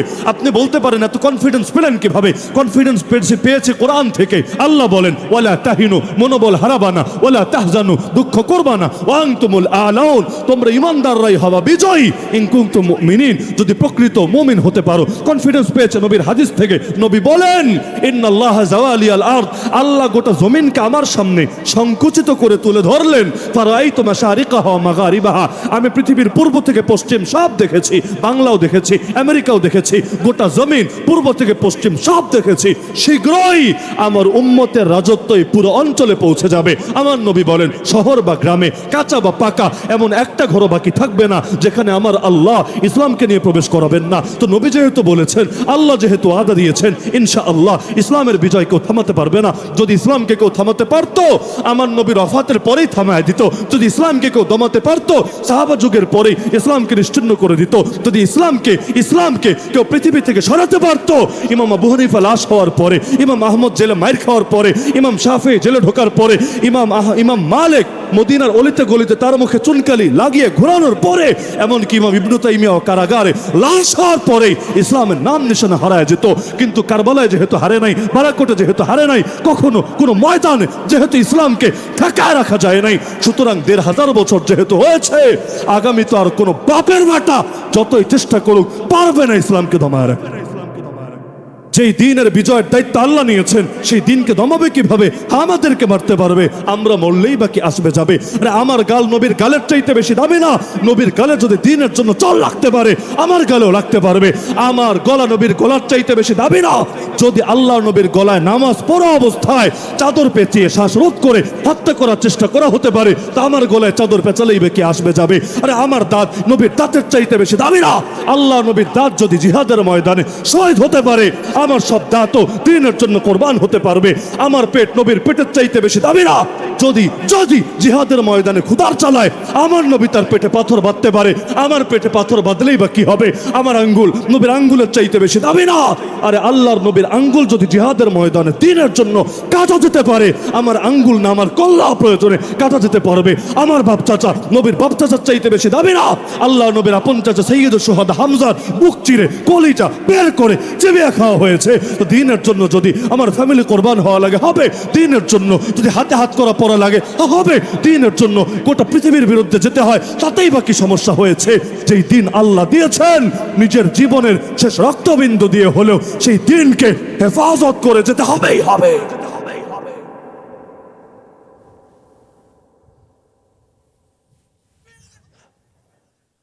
যেই দিনের গোড়ায় নবীর রক্ত আছে, যেই দিনের গোড়ায় 52,000 শহীদ সাহাবীর রক্ত আছে, সেই দিনের গোড়ায় আমার রক্ত ঝরলে আমার লসটা কি হয়েছে? রক্তের প্রথম ফোঁটা মাটিতে গড়িয়ে পড়ার আগেই আমার আল্লাহ আমারে মাফ করে দিবে। জান্নাতের সবুজ পাখির ভেতর রূহটা নিয়ে আল্লাহ ঢুকিয়ে দিয়ে ছেড়ে দিবে। রিমান্ডে বহুত চাপ প্রয়োগ করেছে আমার উপরে, যে এই নামে কিতাব লিখলেন কোন দুঃখে জান্নাতের সবুজ পাখি। আমি বলেছি, প্রত্যেক মুমিনের মাথার মধ্যে ঢুকা দেওয়ার স্বপ্ন দেখি, তার জীবনের স্বপ্ন একটাই হবে, না দুনিয়ায় বড় গাড়ি বাড়ি করা, না দুনিয়ায় বহুত কিছু পাওয়া, না বরং সেই স্বপ্ন দেখবে যে এই স্বপ্নের জন্য শহীদ জান্নাত পর্যন্ত ছেড়ে চলে আসতে চাইবে। আপনারা জানেন, জান্নাতে একবার কেউ গেলে দ্বিতীয়বার ভুলেও দুনিয়া আসতে চাইবে না, দ্বিতীয়বার ভুলেও না। আল্লাহ যদি বলে তোর আমেরিকার প্রেসিডেন্ট বানাবো, মেয়র না প্রেসিডেন্ট বানাবো, যাবি না? আল্লাহ তোর বাংলাদেশে 50 বছর ক্ষমতায় রাখবো, যাবি না? আল্লাহ বহুত কষ্ট কইরা জান্নাতে আসছে, আর দ্বিতীয়বারই ভেজাইল্লা দুনিয়া, এই ফিতনার দুনিয়া, কষ্টের দুনিয়া পাঠায়ও না। কেউ রাজি হবে না, কিন্তু একটা শ্রেণী বলবে আল্লাহ বেশি না, 10টা বার পাঠায় দাও না, বেশি লাগবে না, 10টা বার জমিনে পাঠায় দাও না। তারা কারা? শহীদরা। কারণ তারা দেখেছে শাহাদাতের কি মর্যাদা। আমি চিন্তা করি, আপনি দ্বিমত করতে পারেন, আমি চিন্তা করি কি আছে শাহাদাতে, যেটার জন্য শহীদ এমন জান্নাত ছেড়ে চলে আসতে চায় যেই জান্নাতে হুর আছে, যেই জান্নাতে গেলমান আছে, যেই জান্নাতে মদের নহর আছে, যেই জান্নাতে রেশমের পোশাক আছে, যেই জান্নাতে মন চায় তা আছে, যেই জান্নাতে নবীর সোহবত আছে, যেই জান্নাতে রবের দিদার আছে, ওই জান্নাত পর্যন্ত ছেড়ে চলে আসতে চাইবে আর একবার শাহাদাতের মজা নেবে বলে। শাহাদাত তো সেই মধু। আমার নবীও দোয়া করেছেন, আল্লাহ একটা মৃত্যুই তোমার কাছে চাই, একবার না বারবার বারবার বারবার তোমার রাস্তায় শহীদ হতে চাই। ওমর সারা জীবন দোয়া করেছে, বুখারী খুললেও পাবেন, আল্লাহুম্মা রযুকনি শাহাদাতান ফি সাবিলিক, হে আল্লাহ তোমার রাস্তায় শহীদি মরণ চাই। নবী হয়েও যদি শহীদি মরণের দোয়া করতে পারে, ওমর এত বড় দুনিয়ায় বসে জান্নাতে সুসংবাদ পাওয়ার পরে, এমনকি নবীর পরে কেউ নবী হলে সেই নবী হতো ওমর, এত বড় স্বীকৃতি পাওয়ার পরেও যদি শহীদ হওয়ার তামান্না লালন করতে পারে, আমি আপনি পিছায় থাকবো কোন দুঃখে? যদি আমার বুকে গুলি মারে, আমার জান্নাত তো বড় সহজ করবে। যদি আমার গলায় ফাঁসির দড়ি চড়ায়, আমার জান্নাত তো বড় সহজ করবে। আরে জালেমরা কি দিয়ে থামাবে আমাদেরকে? মুসলমানের পরাজয় আছে নাকি? আবার মুসলমান বদরেও বিজয়ী, উহুদেও বিজয়ী। বলবেন বদরে বিজয়ী বুঝলাম, উহুদে বিজয়ী কিভাবে? আল্লাহ কোরআনে জানিয়েছেন, আল্লাহ চেয়েছেনই ওয়াত্তাখিযা মিনকুম শুহাদা, কিছু মানুষকে শহীদ হিসাবে কবুল করবেন বলে। কারণ শহীদ হতে কপাল লাগে। শহীদ মানে বোঝেন কোরআনের ভাষায়, ক্রেতা হবেন আল্লাহ, বিক্রেতা হবে বান্দা। ব্যবসা ব্যবসা, ওই গালি একটা দেয় না, ধর্ম ব্যবসা, আল্লাহই ব্যবসা করতে বলেছেন। বান্দা তোর জান বেচবি আমার কাছে, তোর মাল বেচবি আমার কাছে, আর আমি মাগনা কিনবো না। নিতে পারি মাগনা, জোর খাটায়ও নিতে পারি, মাগনা নিব না।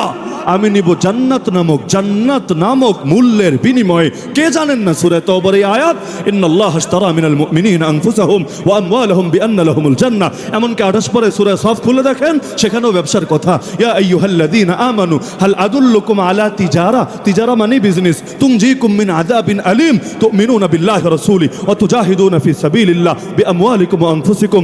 এজন্যই তো উহুদের ময়দানে সাহাবী বলে, ছাড়ো আমাকে, উহুদ পাহাড়ের পেছন থেকে সুঘ্রাণ পাচ্ছি জান্নাতে। তাহলে মুমিনের লস কিছু আছে নাকি? তা আমি আপনাদেরকে শুধু এই দাওয়াতটাই দেই, সব করবেন কে? আমরা হব ওসিলা, করবেন আল্লাহ। এই 28টা বাচ্চা ওরা কোরআনের মূল হেফাজতকারী না। হেফাজতকারীকে, হেফাজতকারীকে ওয়া ইন্না লাহু লাহাফিজুন, আমি আল্লাহই হাফেজ সাহেব। এনা হাফেজ মানে হেফাজতকারী, তাহলে ওরে হাফেজ বলি কেন? ওসিলা ওসিলা ওসিলা। ইসলামকে বিজয়ী করবেন, আমরা হব, হবেন না? হবেন না? দিনের জন্য খালেদ বিন ওয়ালিদ হওয়া লাগলেও রেডি থাকবেন, দিনের জন্য বেলাল সুমাইয়া হওয়া লাগলেও বুক পেতে দিয়ে রেডি থাকবেন। দুই হালতে আমরা রেডি ইনশাআল্লাহ। রক্ত দিতেও রেডি, দিনের জন্য প্রয়োজনে বাতিল অপশক্তির সঙ্গে লড়তেও রেডি। রাজি আছেন ইনশাআল্লাহ? আল্লাহ সবাইকে কবুল করুন। রাজশাহী, রাজমানি রাজত্ব, শাহী মানে আবার শাহেন শাহী। নামটা কি খেয়াল করছেন? খেয়াল করেন নাই? রাজ, রাজমানি রাজত্ব না, নাকি গোলামি? রাজমানি দাসত্ব, রাজ রাজ রাজ। আবার শাহী, ওই শাহেন শাহী। এজন্য বাদশারে শাহেন শাহ বলে না, শাহেন শাহ। তাহলে আপনাদের নামের মধ্যে তো ডাবল রাজত্ব আছে। যেই জাতির নামেই রাজত্ব আছে, ওই জাতির গোলাম বানায় রাখবে কিভাবে? সম্ভব না, সম্ভব না ইনশাআল্লাহ। এই যাতে দিল্লির গোলাম হবে না, ওয়াশিংটনের গোলাম হবে না। গোলাম আমরা একজনেরই, নাম তার, জীবন তার জন্য, মরণ তার জন্য। তিনি যদি কবুল করেন এটাই যথেষ্ট আমাদের জন্য। আল্লাহ আমাদের আজকের এই মাহফিলকে কবুল করুন। আমরা এখানে যারা উপস্থিত আছি, মৃত্যুর আগ মুহূর্ত পর্যন্ত দ্বীনের খেদমতে অটল এবং অবিচল থাকার তৌফিক দান করুন। যারা দিলে বড় দুঃখ পেলেন, আল্লাহ তাআলা আপনাদের ঈমানকে মজবুত করে দিলের জ্বালা উপশম করার ব্যবস্থা করুন। আর যে 28 জন ছাত্রের মাথায় সম্মানের পাগড়ি পরায়া দেওয়া হলো, চিরকাল কোরআনকে ধারণ করে কিয়ামতের ময়দানে নূরের মুকুট লাভ করার তৌফিক দান করুন। আমিন। ওয়া আখিরু দাওয়ানা আনিল হামদুলিল্লাহি রাব্বিল আলামিন। সবাই দুরূদ শরীফ পাঠ করি। কথা বলবে না, কোনো কার্যক্রম আছে? আল্লাহ, এখন তো উঠে যাচ্ছে। আচ্ছা, 1 মিনিট আপনারা একটু সময় দেন, জাস্ট 1 মিনিট। যারা দাঁড়িয়ে আছেন 1 মিনিট সময় দেন।